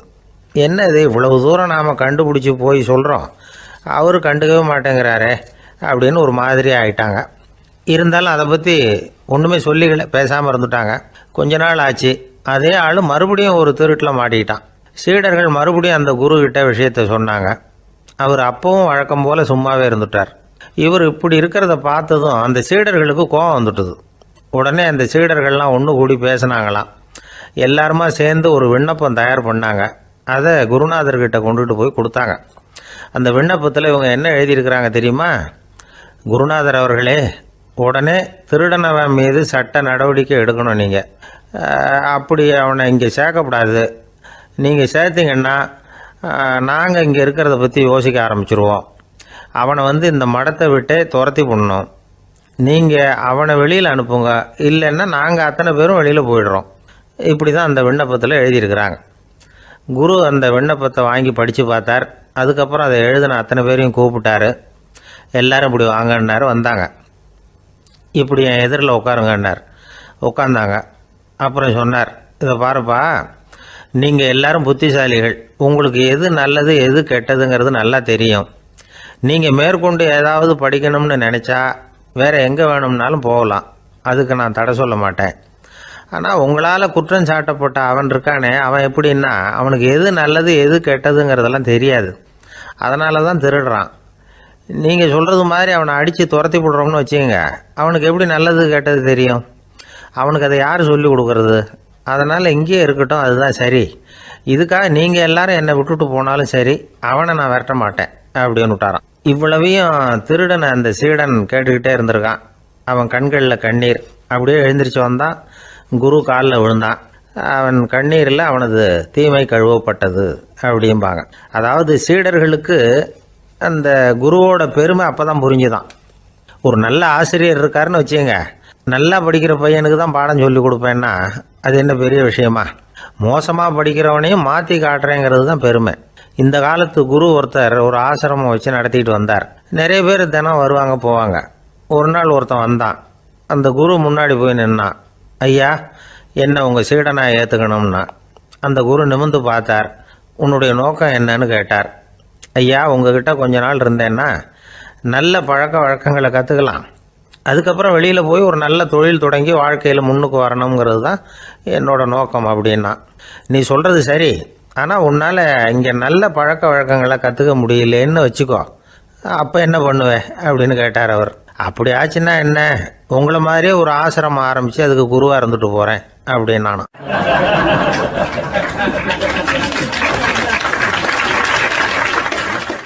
ஒரு ஆள் இருந்தார். அவர் தன்னை ஒரு குருன்னு சொல்லிக்கிட்டார். மௌன குரு, வாயே திறக்கிறதில்ல. அவருக்கு 2 சீடர்கள் உண்டு. இவங்க தான் வர்றவங்க கிட்ட பேசுவாங்க, விளக்கம் கொடுப்பாங்க. ஒரு நாள் இந்த சீடர்கள் 2 பேரும் எங்கேயோ வெளியில் போயிட்டாங்க. அந்த நேரம் பார்த்து ஒருத்தர் அங்கே வந்தார். குருக்கிட்ட போனார். குருவே, புத்தர்னா என்னன்னு கேட்டார். குருவுக்கு ஒன்றும் புரியல. அவர் உண்மையான குருவாக இருந்தாவில் புரியும். அவர் திருன்னு முழிக்க ஆரம்பிச்சிட்டார். இந்த நேரம் பார்த்து இந்த சீடர்களும் எங்கேயோ போயிட்டாங்களே, என்ன பண்ணுறது, உதவிக்கு யாராவது கிடைக்க மாட்டாங்களா அப்படின்னு அப்படியே சுற்றி பார்க்குறார். அங்கங்கே பார்க்குறார். வந்தவர் இதை கவனித்தார். ஏதோ புரிஞ்சுக்கிட்ட ஒரு மாதிரி அடுத்த கேள்வி கேட்டார். தர்மம்னா என்ன சுவாமின்னார். குருவுக்கு ரொம்ப சங்கடமாக போச்சு. நம்ம நிலைமை இப்படி ஆகிட்டுதே, இக்கட்டில் மாட்டிக்கிட்டோமே அப்படின்னு நினச்சபடியே விட்டத்தை பார்த்தார். அப்புறம் குனிஞ்சு தரையை பார்த்தார். அப்படியே உட்காந்துக்கிட்டார். வந்தவர் உடனே அடுத்த கேள்விக்கு போயிட்டார். தியானம்னா என்ன சுவாமின்னார். பாவம் என்ன பண்ணுவார் அந்த குரு, பேசாமல் கண்ணை கெட்டியாக மூடிக்கிட்டார். இது ஏதடா வம்பா போச்சுன்னு. இவர் இப்படி பண்ணால் கூட வந்தவர் சளைக்கலை. இன்னொரு கேள்வியும் கேட்டார். ஆசீர்வாதம்னா என்ன அப்படின்னார். இவர் பார்த்தார். இப்படியே போனால் இவர் கேள்வி கேட்குறத நிறுத்த மாட்டார் அப்படின்னு நினச்சிக்கிட்டு எனக்கு ஒன்றுமே தெரியாதுங்கிற பாவனையில் 2 கையையும் விரித்து காட்டினார். வந்தவர் முகத்தில் மகிழ்ச்சி, மன நிறைவு, ஏதோ எல்லாம் புரிஞ்சுக்கிட்ட ஒரு மாதிரி அங்கேருந்து புறப்பட்டு போனார். வழியில் அந்த குருவோட சீடர்கள் 2 பேரையும் சந்தித்தார். உங்கள் குருவை தான் பார்த்துட்டு வரேன்னார் இவர். என்ன நடந்ததுன்னு கேட்டாங்க. இவர் வரமாக சொல்கிறார். உங்கள் குரு எவ்வளவு பெரிய ஞானி தெரியுமா? புத்தர்னா என்னன்னு கேட்டேன். அதுக்கு அவர் அப்படியும் இப்படியும் பார்த்தார். அதுக்கு என்ன அர்த்தம் தெரியுமா? மக்கள் புத்தரை அங்கேயும் இங்கேயும் தேடுறாங்க. உண்மையில் அவர் அங்கேயும் இங்கேயும் தேடி கண்டுபிடிக்க முடியாது அப்படிங்கிறத அவர் செய்கை மூலம் உணர்த்தினார். அதுக்கப்புறம் தர்மம்னா என்னன்னு கேட்டேன். அவர் மேலேயும் கீழையும் பார்த்து தர்மம் சமமானது, அதில் உயர்வு தாழ்வு இல்லைங்கிறத உணர்த்தினார். அதுக்கப்புறம் தியானம்னா என்னன்னு கேட்டேன். கண்ணை மூடிக்கிட்டார். கண்ணை மூடி காணுகிற அற்புதம் அது அப்படிங்கிறத புரிஞ்சுக்கிட்டேன். கடைசியாக ஆசீர்வதிக்கப்படுறது பற்றி கேட்டேன். கைகளை நீட்டி உதவுறது தான் அது அப்படிங்கிறத தன்னுடைய இருகை விரித்து உணர்த்தினார். எவ்வளோ பெரிய மகான் அவர் அப்படின்னு சொல்லிவிட்டு அவர் பாட்டு போயிட்டார். சீடர்கள் அதுக்கப்புறம் மெதுவாக குருக்கிட்ட சேர்ந்தாங்க. அவங்கள பார்த்ததும் குருவுக்கு கோபம் வந்துட்டுது. அடே பாவிகளா, எங்கடா போய் தொலைஞ்சிங்க, நான் ஒரு ஆளுகிட்ட மாட்டிக்கிட்டு என்ன பாடுபட்டிருக்கேன் தெரியுமான்னார். இது மாதிரி தான் நாம் சாதாரண மனிதர்களின் புற வேடங்களிலேயே மயங்கி போயிடுறோம். அவங்க பேச்சு, செய்கை, பார்வை இதிலெல்லாம் ஏதோ பெரிய தத்துவம் இருக்கிறதாக நினச்சிக்கிறோம். உண்மையிலேயே அந்த தத்துவங்கள் யாருக்கு சொந்தம்? அவங்களுக்கு இல்லை, நமக்கு தான் சொந்தம். நாம் தானே அதை கற்பிச்சுக்கிட்டோம். நாம் அடையாளம் கண்டுக்கிறது இல்லை. நாம் யாருங்கிறது நமக்கு புரியறதில்ல. அதுதான் இன்றைக்கி நடக்கிறது. அதனால தான் அடுத்தவங்களை தேடி ஓடிக்கிட்டு இருக்கிறோம். சில வீடுகளில் கூட இது மாதிரி சைகைகள் உண்டு. சில குடும்ப தலைவர்கள் தினமும் காலையில் கண்ணை கெட்டியாக மூடிக்கிட்டு கை 2ஐயும் சுத்தமாக விரித்து வச்சுக்கிட்டே உட்காந்து தியானம் பண்ணுறது வழக்கம். எதுக்காக அப்படி பண்ணுறீங்கன்னு ஒருத்தரை பார்த்து கேட்டேன். இந்த மாதம் வாங்கின சம்பளம் பூரா தீர்ந்து போச்சு, இனிமேல் என் கையில் சுத்தமாக ஒன்றும் இல்லை, புதுசாக எதுவும் செலவு வச்சுடாதே அப்படிங்கிறத அப்படி உள்ளங்கை 2ஐயும் விரித்து காட்டி அவங்களுக்கு உணர்த்துறேன் அப்படின்னார்.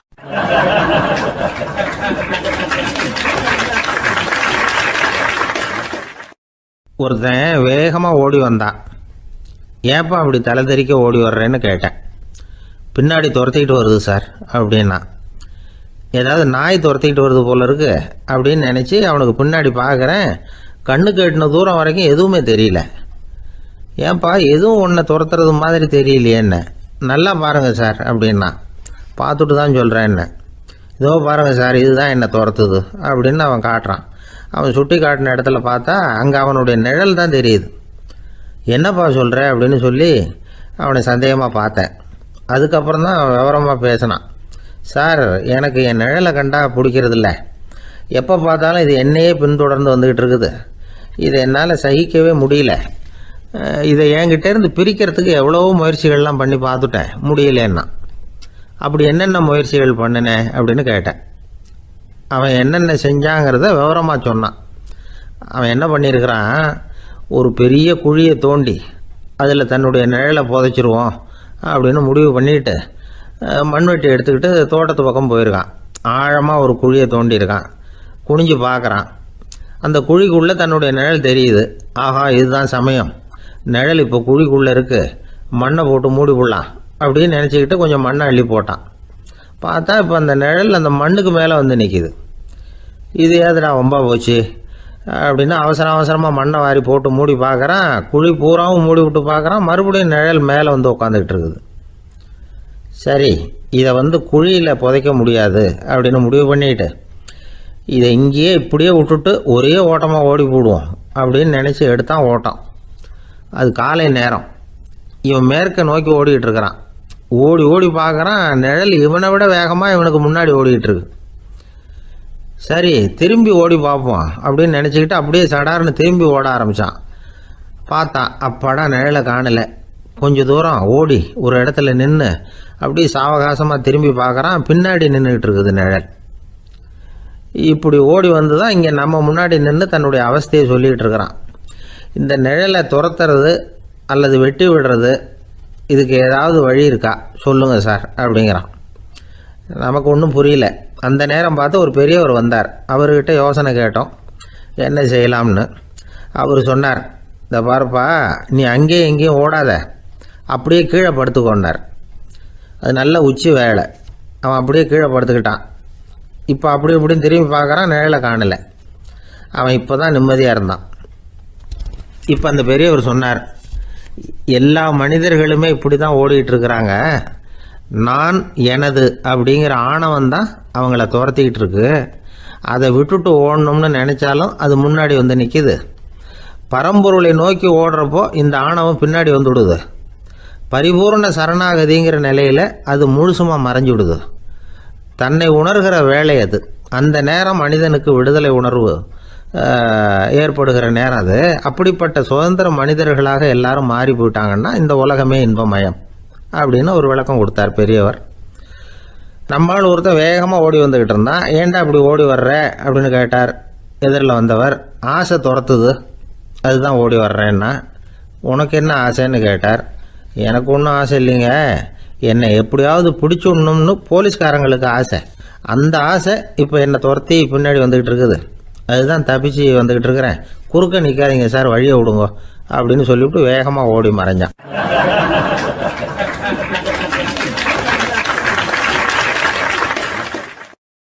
எனக்கு வாழ்க்கையில் ஒரே ஒரு ஆசை தான் சார் அப்படின்னார் ஒருத்தர். அது என்னன்னு கேட்டேன்.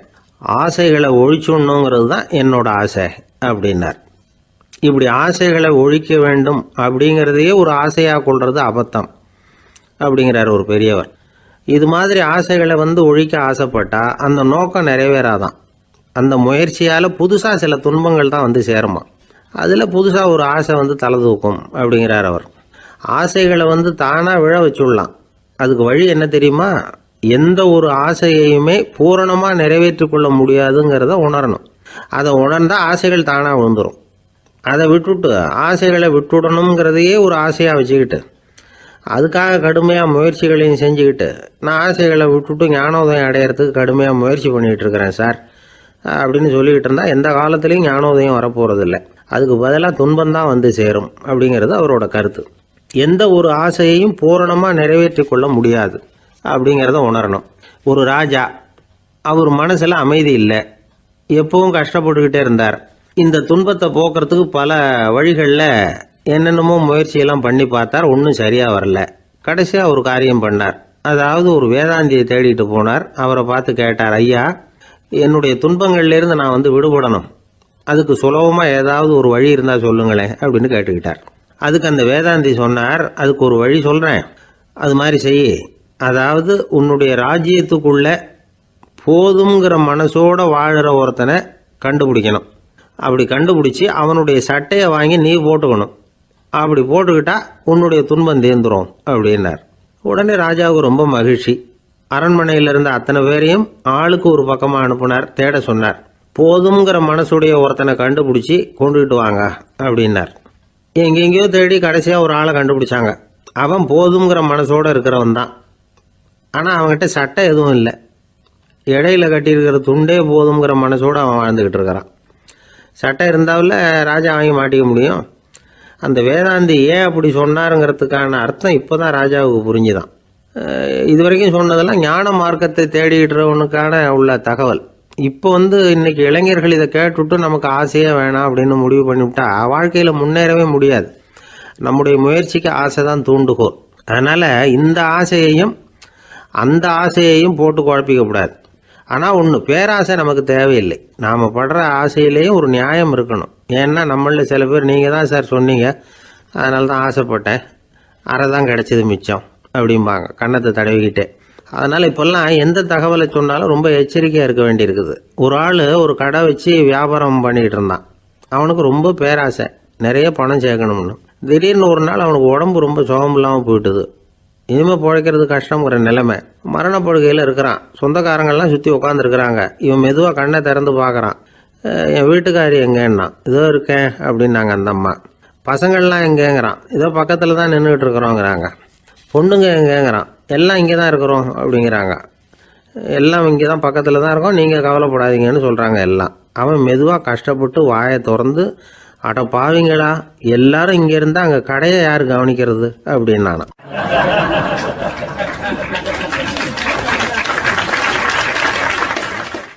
ஜப்பானில் உள்ள ஒரு புத்த விகாரை. அங்கே ஒரு வயசான பௌத்த குரு தங்கியிருக்கிறார். ஒரு நாள் ராத்திரி கடுமையான குளிர். அவரால் தாங்க முடியல. பார்த்தார், மரத்தில் செஞ்ச புத்த சிற்பங்கள் அங்கே நிறைய இருந்தது. அதில் ஒன்றை எடுத்து அதுக்கு தீ மூட்டி அந்த நெருப்பில் குளிர் காஞ்சிக்கிட்டு இருக்கிறார். மர சிற்பம் தீ வச்சதும் படபடன்னு வெடிக்க ஆரம்பிச்சுட்டுது. அந்த சத்தத்தை கேட்டதும் அந்த புத்த விகாரையின் குருக்கள் வெளியில் ஓடி வந்தார். இவர் ஆனந்தமாக குளிர் காஞ்சிக்கிட்டு இருக்கிறார். அவரால் பொறுத்துக்க முடியல. தெருவில் தெரிஞ்சுக்கிட்டு இருந்த அந்த பெரியவரை இங்கே தங்க அனுமதித்ததே அவர் தான். இவர் இப்படி பண்ணுறாரேன்னு நினச்சிக்கிட்டே அவரை கோபமாக பார்த்தார். ஏன் இப்படி கோபமாக பார்க்குறீங்க, இப்படி உட்காருங்க அப்படிங்கிறாரு இவர். அவருக்கு இன்னமும் கோபம் வந்துட்டுது.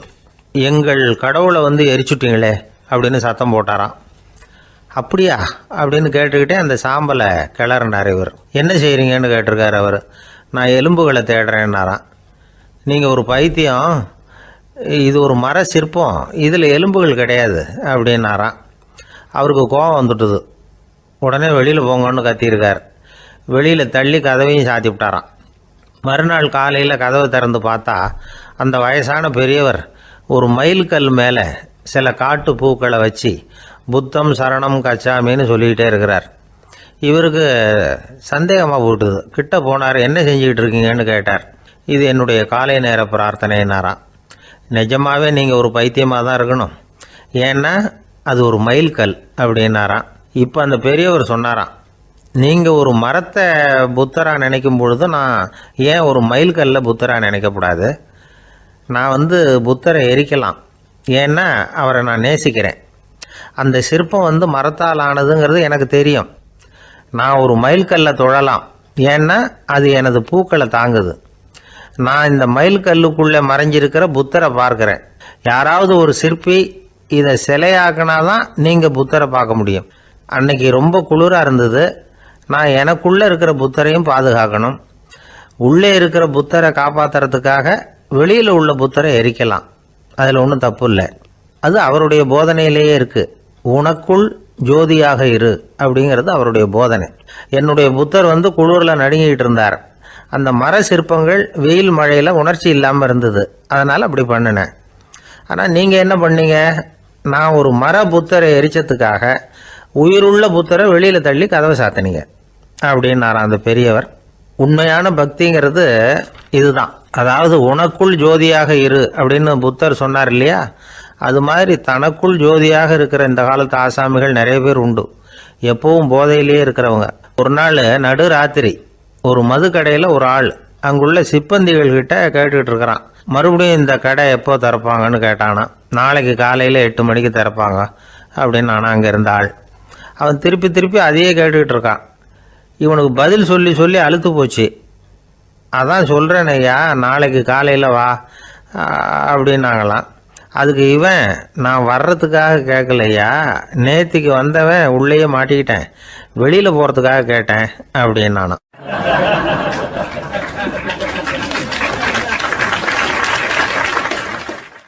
ராமகிருஷ்ணர் வாழ்ந்த காலத்தில் நடந்த ஒரு நிகழ்ச்சி இது. அப்போ ஒரு ஓவியர் இருந்தாராம். அவருக்கு ஒரு ஆசை, ராமகிருஷ்ணர் படத்தை வரையணும், அதை அவர்கிட்டயே கொண்டுட்டு போய் காட்டி அபிப்பிராயம் கேட்கணும். இதுதான் அந்த ஓவியரின் ஆசை. உடனே ராமகிருஷ்ணர் படத்தை வரைஞ்சி முடித்தார். அதை எடுத்துக்கிட்டு போனார். இவர் போன சமயம் அங்கே ராமகிருஷ்ணர் சீடர்களோடு உட்காந்துருக்கிறார். விவேகானந்தர் அங்கே இருக்கிறார். இந்த ஓவியர் கொண்டுகிட்டு போய் தான் வரைந்த ஓவியத்தை அவர்கிட்ட காட்டினார். ராமகிருஷ்ண பரமஹம்சரின் ஓவியத்தை ராமகிருஷ்ணர்கிட்டயே காட்டுறார். ராமகிருஷ்ணர் என்ன பண்ணார் தெரியுமா? அந்த படத்தை பார்த்தார். உடனே அது காலை தொட்டார். குருதேவருடைய இந்த செயல் சீடர்களுக்கு ரொம்ப வியப்பை உண்டு பண்ணிச்சு. சில பேர் மனசுக்குள்ளேயே ரொம்ப குழம்பி போக ஆரம்பிச்சிட்டாங்க, என்ன இப்படி பண்ணுறாருன்னு. என்ன இது அவரோட படம், அவரே அவரோட படத்தின் காலை தொடுறார் அப்படின்னு யோசிச்சாங்க. சில பேர் ஒன்றும் புரியாமல் ஒருத்தர் பார்த்து சிரிச்சுக்கிட்டாங்க. அந்த இடத்துல சீடர்கள் மட்டும் இல்லை, சீடர் அல்லாத பல பேர் இருந்தாங்க. தன்னுடைய காலை தானே தொடர இவருடைய செயல் பற்றி என்ன நினைக்கிறது அப்படின்னு அவங்களும் குழம்பி போய் நிற்கிறாங்க. அந்த படத்தை வரைஞ்சி அவர்கிட்ட காட்டின அந்த ஓவியருக்கும் அதிர்ச்சி. இருந்தாலும் அவர் சீடர் கிடையாது.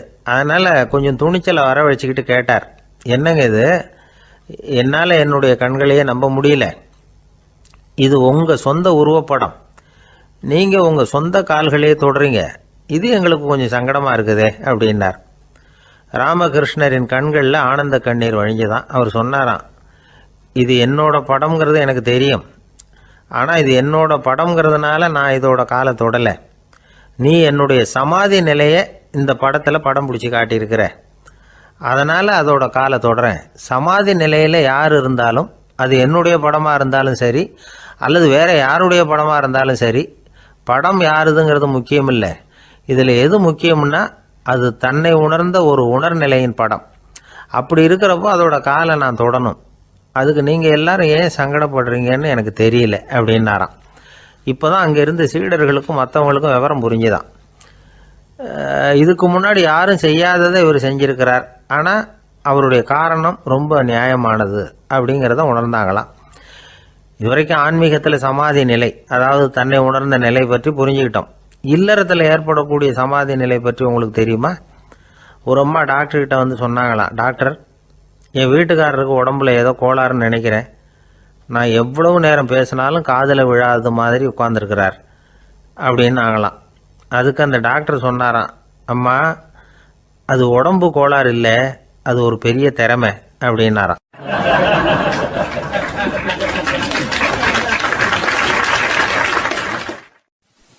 ஒரு ஏரி ஓரமாக 2 பசங்க நடந்து போய்கிட்டு இருக்கிறாங்க. அதில் ஒருத்தன் பணக்கார வீட்டு பையன், இன்னொருத்தன் ஏழை. இவங்க 2 பேரும் போய்கிட்டு இருக்கிறாங்க. வழியில் ஒரு இடத்துல ஒரு ஜோடி செருப்பு இவங்க கண்ணில் படுது. ஒரு விவசாயி அந்த செருப்பை அங்கே விட்டுட்டு பக்கத்தில் இருந்த ஏரியில் கை காலை கழுவிட்டு இருக்கிறார். உடனே அந்த பணக்கார பையனுக்கு ஒரு ஐடியா. அவன் சொன்னானா, டேய், இப்போ ஒரு வேடிக்கை செய்யலாம், அந்த செருப்பு 2ஐயும் தூக்கி எட்டத்தில் வீசி எறிஞ்சிருவோம். அந்த ஆள் வந்து பார்த்துட்டு செருப்பை தேடி அல்லாடுவான், அங்கேயும் இங்கேயும் ஓடுவான், திருன்னு முழிப்பான். அதை பார்த்து நாம் ரசிக்கலாம், நல்ல தமாஷா இருக்கும் அப்படின்ட்டுருக்கான். இப்படி சொல்லிவிட்டு அந்த செருப்புகளை தூக்கிறதுக்கு போனானா. கொஞ்சம் பொறு அப்படின்னானா அந்த ஏழை பையன். ஏன்னு கேட்டிருக்கான் அவன். இப்போ அந்த ஏழை பையன் சொன்னானா, நீ சொல்கிறது ஒன்றும் வேடிக்கை கிடையாது, உன்னோட செருப்பு தொலைஞ்சா உன் அப்பா உடனே உனக்கு வேறு செருப்பு வாங்கி கொடுத்துருவார். ஆனால் அந்த ஆளுக்கு இந்த செருப்பு தொலைஞ்சதுன்னா வேறு புதுசாக வாங்கிறதுக்கு வாயையும் வயத்தையும் கட்டி பணத்தை சேர்க்க வேண்டியிருக்கும். அதனால் நான் ஒரு வேடிக்கை சொல்கிறேன், அது மாதிரி செய், அது இன்னமும் தமாஷா இருக்கும் அப்படின்னானா. எப்படி அது சொல்லுன்றிருக்கான் அவன். செருப்பு 2ம் அது இருக்கிற இடத்துலையே இருக்கட்டும், உன் சட்டப்பையிலிருந்து ஒரே ஒரு ரூபா நாணயத்தை எடு, அதை அந்த செருப்பு மேலே அதோட குதிகால் பகுதியில் வச்சுட்டு நாம் 2 பேரும் அந்த மரத்துக்கு பின்னாடி ஓடி போய் மறைஞ்சு நின்றுக்குவோம், அப்புறம் பாரு வேடிக்கையை அப்படின்னா. அதே மாதிரி ரூபா காசு செருப்பு மேலே வச்சுட்டு இவங்க 2 பேரும் மறைஞ்சு நின்றுக்கிட்டாங்க. கொஞ்ச நேரத்தில் அந்த விவசாயி வந்தார். காலில் உள்ள மண்ணை தட்டிவிட்டு செருப்பை மாட்டுறதுக்காக போனார். அங்கேருந்து காசு கண்ணில் போட்டுட்டுது. அவருக்கு ஆச்சரியமாக போச்சு. அதை கையில் எடுத்து பார்க்குறார். 4 பக்கமும் திரும்பி திரும்பி பார்க்குறார், யார் இதை வச்சிருப்பான்னு. கடைசியில் ஆகாயத்தை பார்க்குறார். ஆண்டவா, இது உன்னோட கருணை தான். நீ தான் யாரோ புண்ணியவான் மனசில் தர்மம் பண்ணுற எண்ணத்தை உண்டாக்கி இருக்கிற. அந்த புண்ணியவான் நல்லா இருக்கணும் அப்படின்னு வாழ்த்தி அந்த காசை கண்ணில் ஒத்திக்கிட்டாராம். மறைஞ்சிருந்து பார்த்துக்கிட்டு இருந்த ஏழை பையன் இப்படி சொன்னான், பாத்தியா, உன்னை புண்ணியவான்னு வாழ்த்தி விட்டு போகிறார் அந்த ஆள். அவருக்கும் சந்தோஷம், அதை பார்த்து நமக்கும் சந்தோஷம். உனக்கு 1 ரூபாங்கிறது ஒரு பெரிய விஷயம் இல்லை, ஆனால் அதனால் நமக்கு கிடைச்சிருக்கிற மகிழ்ச்சி ரொம்ப உயர்வானது அப்படின்னு நானும். வேடிக்கையும் கிண்டலும் இது மாதிரி அடுத்தவங்களுக்கு இடைஞ்சலாக இல்லாமல் இருக்கணும் அப்படிங்கிறார் கலைவாணர். ஆனால் பாருங்க, அவருக்கே இடைஞ்சலாக வர்ற விஷயங்களை கூட அவர் வேடிக்கையாக தான் எடுத்துக்கிட்டாராம். ஒரு தடவை ஒருத்தர் கலைவாணர்கிட்ட வந்து, ஐயா, என் குழந்தை செத்து போச்சு அப்படின்னு சொல்லி அழுதாராம். உடனே இவர் அவருக்கு 100 ரூபா பணத்தை கொடுத்து, இந்தாங்க அடக்கம் செய்யுங்க அப்படின்னு சொல்லி அனுப்பி வச்சாராம். 1 வருஷம் கழித்து மறுபடியும் அதே ஆள் வந்திருக்கார். இவர் மறந்துருப்பாருங்கிற நினைப்புல, அண்ணே, என் குழந்தை இறந்து போச்சுண்ணே அப்படின்னாராம். இவர் மறுபடியும் 100 ரூபா கொடுத்து ஆறுதல் சொல்லி அனுப்பி வச்சாராம். 7-8 மாதம் கழித்து மறுபடியும் அதே ஆள் வந்திருக்கார். அவர் வாயை திறக்கிறதுக்கு முன்னாடியே இவர் 100 ரூபாய் அவர் கையில் வச்சு, போன 2 தடவை தான் குழந்தை செத்து போச்சு, இந்த தடவையாவது அதை சாகாமல் காப்பாற்றி விடு அப்படின்னு சொல்லி அனுப்பி வச்சாராம். அதுக்கப்புறம் அந்த ஆள் வர்றதே இல்லையா.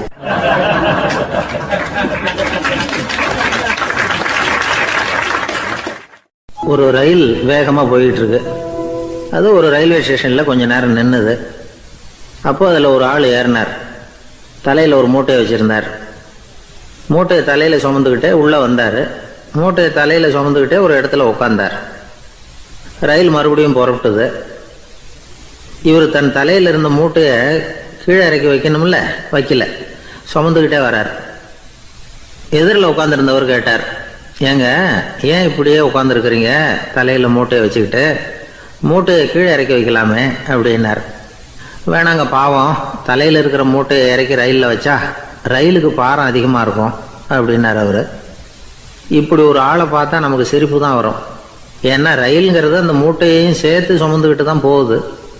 அவன் அந்த மூட்டையை தலையில் வச்சுருந்தாலும் ஒன்று தான், தரையில் வச்சுருந்தாலும் ஒன்று தான். அதனால் ரயிலுக்கு எந்த மாற்றமும் ஏற்பட போகிறதில்ல. அதே மாதிரி தான் நம்ம மனமும். இதுவும் ஒரு தேவையில்லாத சுமை, அனாவசியமாக சுமந்துக்கிட்டு இருக்கிறோம். இதை கீழே இறக்கி வச்சுட்டா வாழ்க்கை பிரயாணம் சுகமாக இருக்கும். ரயில் பிரயாணம் பண்ணுற அந்த ஆள் மூட்டையை சுமக்கிறான், வாழ்க்கை பிரயாணம் பண்ணுற நாம மனசை சுமக்கிறோம். இது ரெண்டுக்கும் எந்த வித்தியாசமும் இல்லை. மனசை கீழே இறக்கி வச்சுட்டா பாரம் இல்லாமல் வாழலாம், பறவைகள் மாதிரி பறக்கலாம், குழந்தைகள் மாதிரி கள்ளங்கபடம் இல்லாமல் வாழலாம். இந்த வெளி உலகத்தில் நாம் நிலை பெற்று இருக்கணும், வேரூன்றி இருக்கணும். அதே சமயம் நம்முடைய உள்வெளியில் ஆன்மீக வாழ்க்கையில் பாரம் இல்லாமல் இருக்கணும். அப்போ பறக்கணும், நதியை போல் ஓடணும், மிதக்கணும். பயணம் சுகமாக இருக்கும், களைப்பு தெரியாது, கவலை தெரியாது. ஒரு சீடன் போதி தர்மரை நாடி வந்தான். குருவே, நீங்கள் என்ன வெறுமையாக இருக்க சொன்னீங்க, நான் இப்போ மறுபடியும் வெறுமையானவன் ஆகிட்டேன், அதனால் இப்போ என்ன செய்ய சொல்கிறீங்க என்ன அப்படின்னு சொல்லி நின்னான். உடனே அந்த குரு பக்கத்தில் இருந்த ஒரு குச்சியை எடுத்து அவன் தலையில் அடித்து, போய் அந்த வெற்றுத்தன்மையையும் வீசி எறிந்து விட்டு வா அப்படின்னார். நான் இப்போ காலியாக இருக்கிறேன்னு ஒருத்தன் சொல்கிறான்னு வச்சுங்க, அது உண்மை இல்லை. ஏன்னா இன்னமும் அதில் நான்கிற எண்ணம் இருக்குது. எந்த சிந்தனையும் இல்லாமல் இருக்கிறது கடினம்தான். ஆனாலும் மனிதன் அதில் உள்ள நுட்பத்தை புரிஞ்சுக்கிட்டான்னா, இவ்வளவு தூரம் தூக்கி சுமந்துக்கிட்டு வந்த அந்த மனதின் முட்டாள்தனத்தை அவனே பார்த்துட்டு சிரிப்பான். இதுதான் பெரியவங்க சொல்லியிருக்கிற ஆலோசனை. நம்மால் ஒருத்தன் தலையில் ஒரு பெரிய மூங்கில் கூடையோடு ரயிலில் உட்காந்தான். கூடை தலையில் இருந்தது, கீழே இறக்கி வைக்கல. எதிரில் இருந்தவர் கேட்டார், ஏங்க, எதுக்காக அதை அனாவசியமாக சுமந்துக்கிட்டே இருக்கீங்க, கீழே இறக்கி வைங்களேன்னார். இல்லைங்க, நான் வீட்டை விட்டு புறப்படும் பொழுதே என் பையன் சொல்லிவிட்டான், கூடையை தலையை விட்டு இறக்கக்கூடாதுன்னு அப்படின்னார். அவன் சின்ன பையன், விவரம் இல்லாமல் சொல்லியிருப்பான். இப்போ என்ன நேரில் வந்தால் பார்த்துக்கிட்டு இருக்கிறான், நீங்கள் இறக்கி வைங்கன்னார் அவர். அவன் நேரில் பார்த்துக்கிட்டு இல்லை, இருந்தாலும் நான் இந்த கூடையை கீழே இறக்கி வச்சா அது அவனுக்கு தெரிஞ்சிடும் அப்படின்னாரு இவர். அது எப்படின்னார் அவர். அவன் தனக்கு டிக்கெட் வாங்க வேணாம்னு சொல்லி இப்போ இந்த கூடைக்குள்ளே தான் உட்காந்துருக்கிறான். அப்படின்னார் இவர்.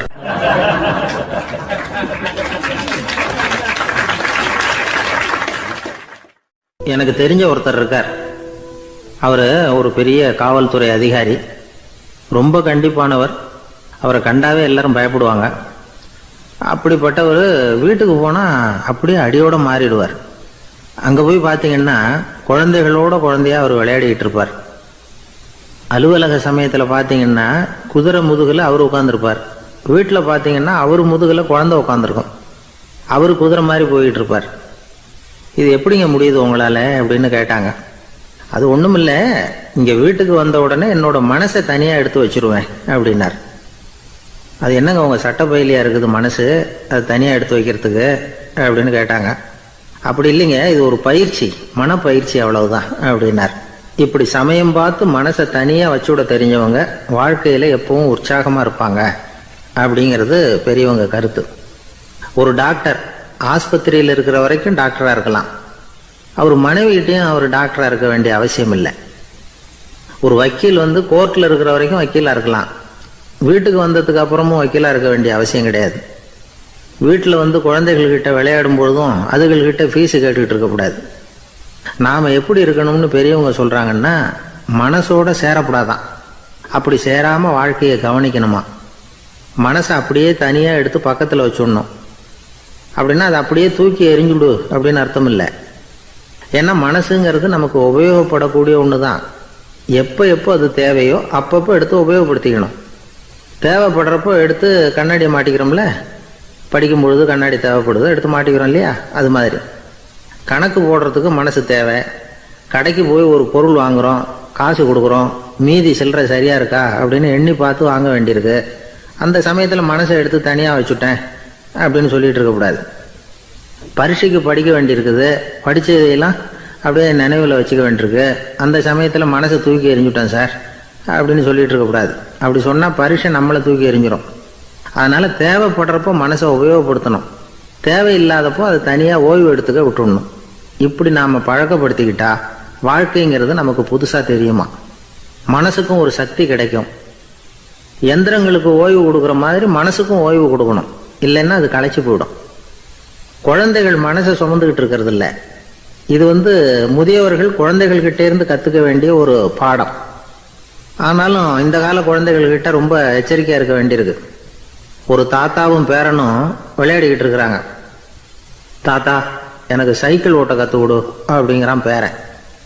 சைக்கிள் உயரம் கூட இல்லை, அதுக்குள்ளே சைக்கிள் ஓட்டணுமா அப்படின்னார் தாத்தா. ஏன் தாத்தா, ரயில் ஓட்டுறாரு, அவர் என்ன ரயில் நீளமாக இருக்கார் அப்படின்னு கேட்டானா அந்த பையன்.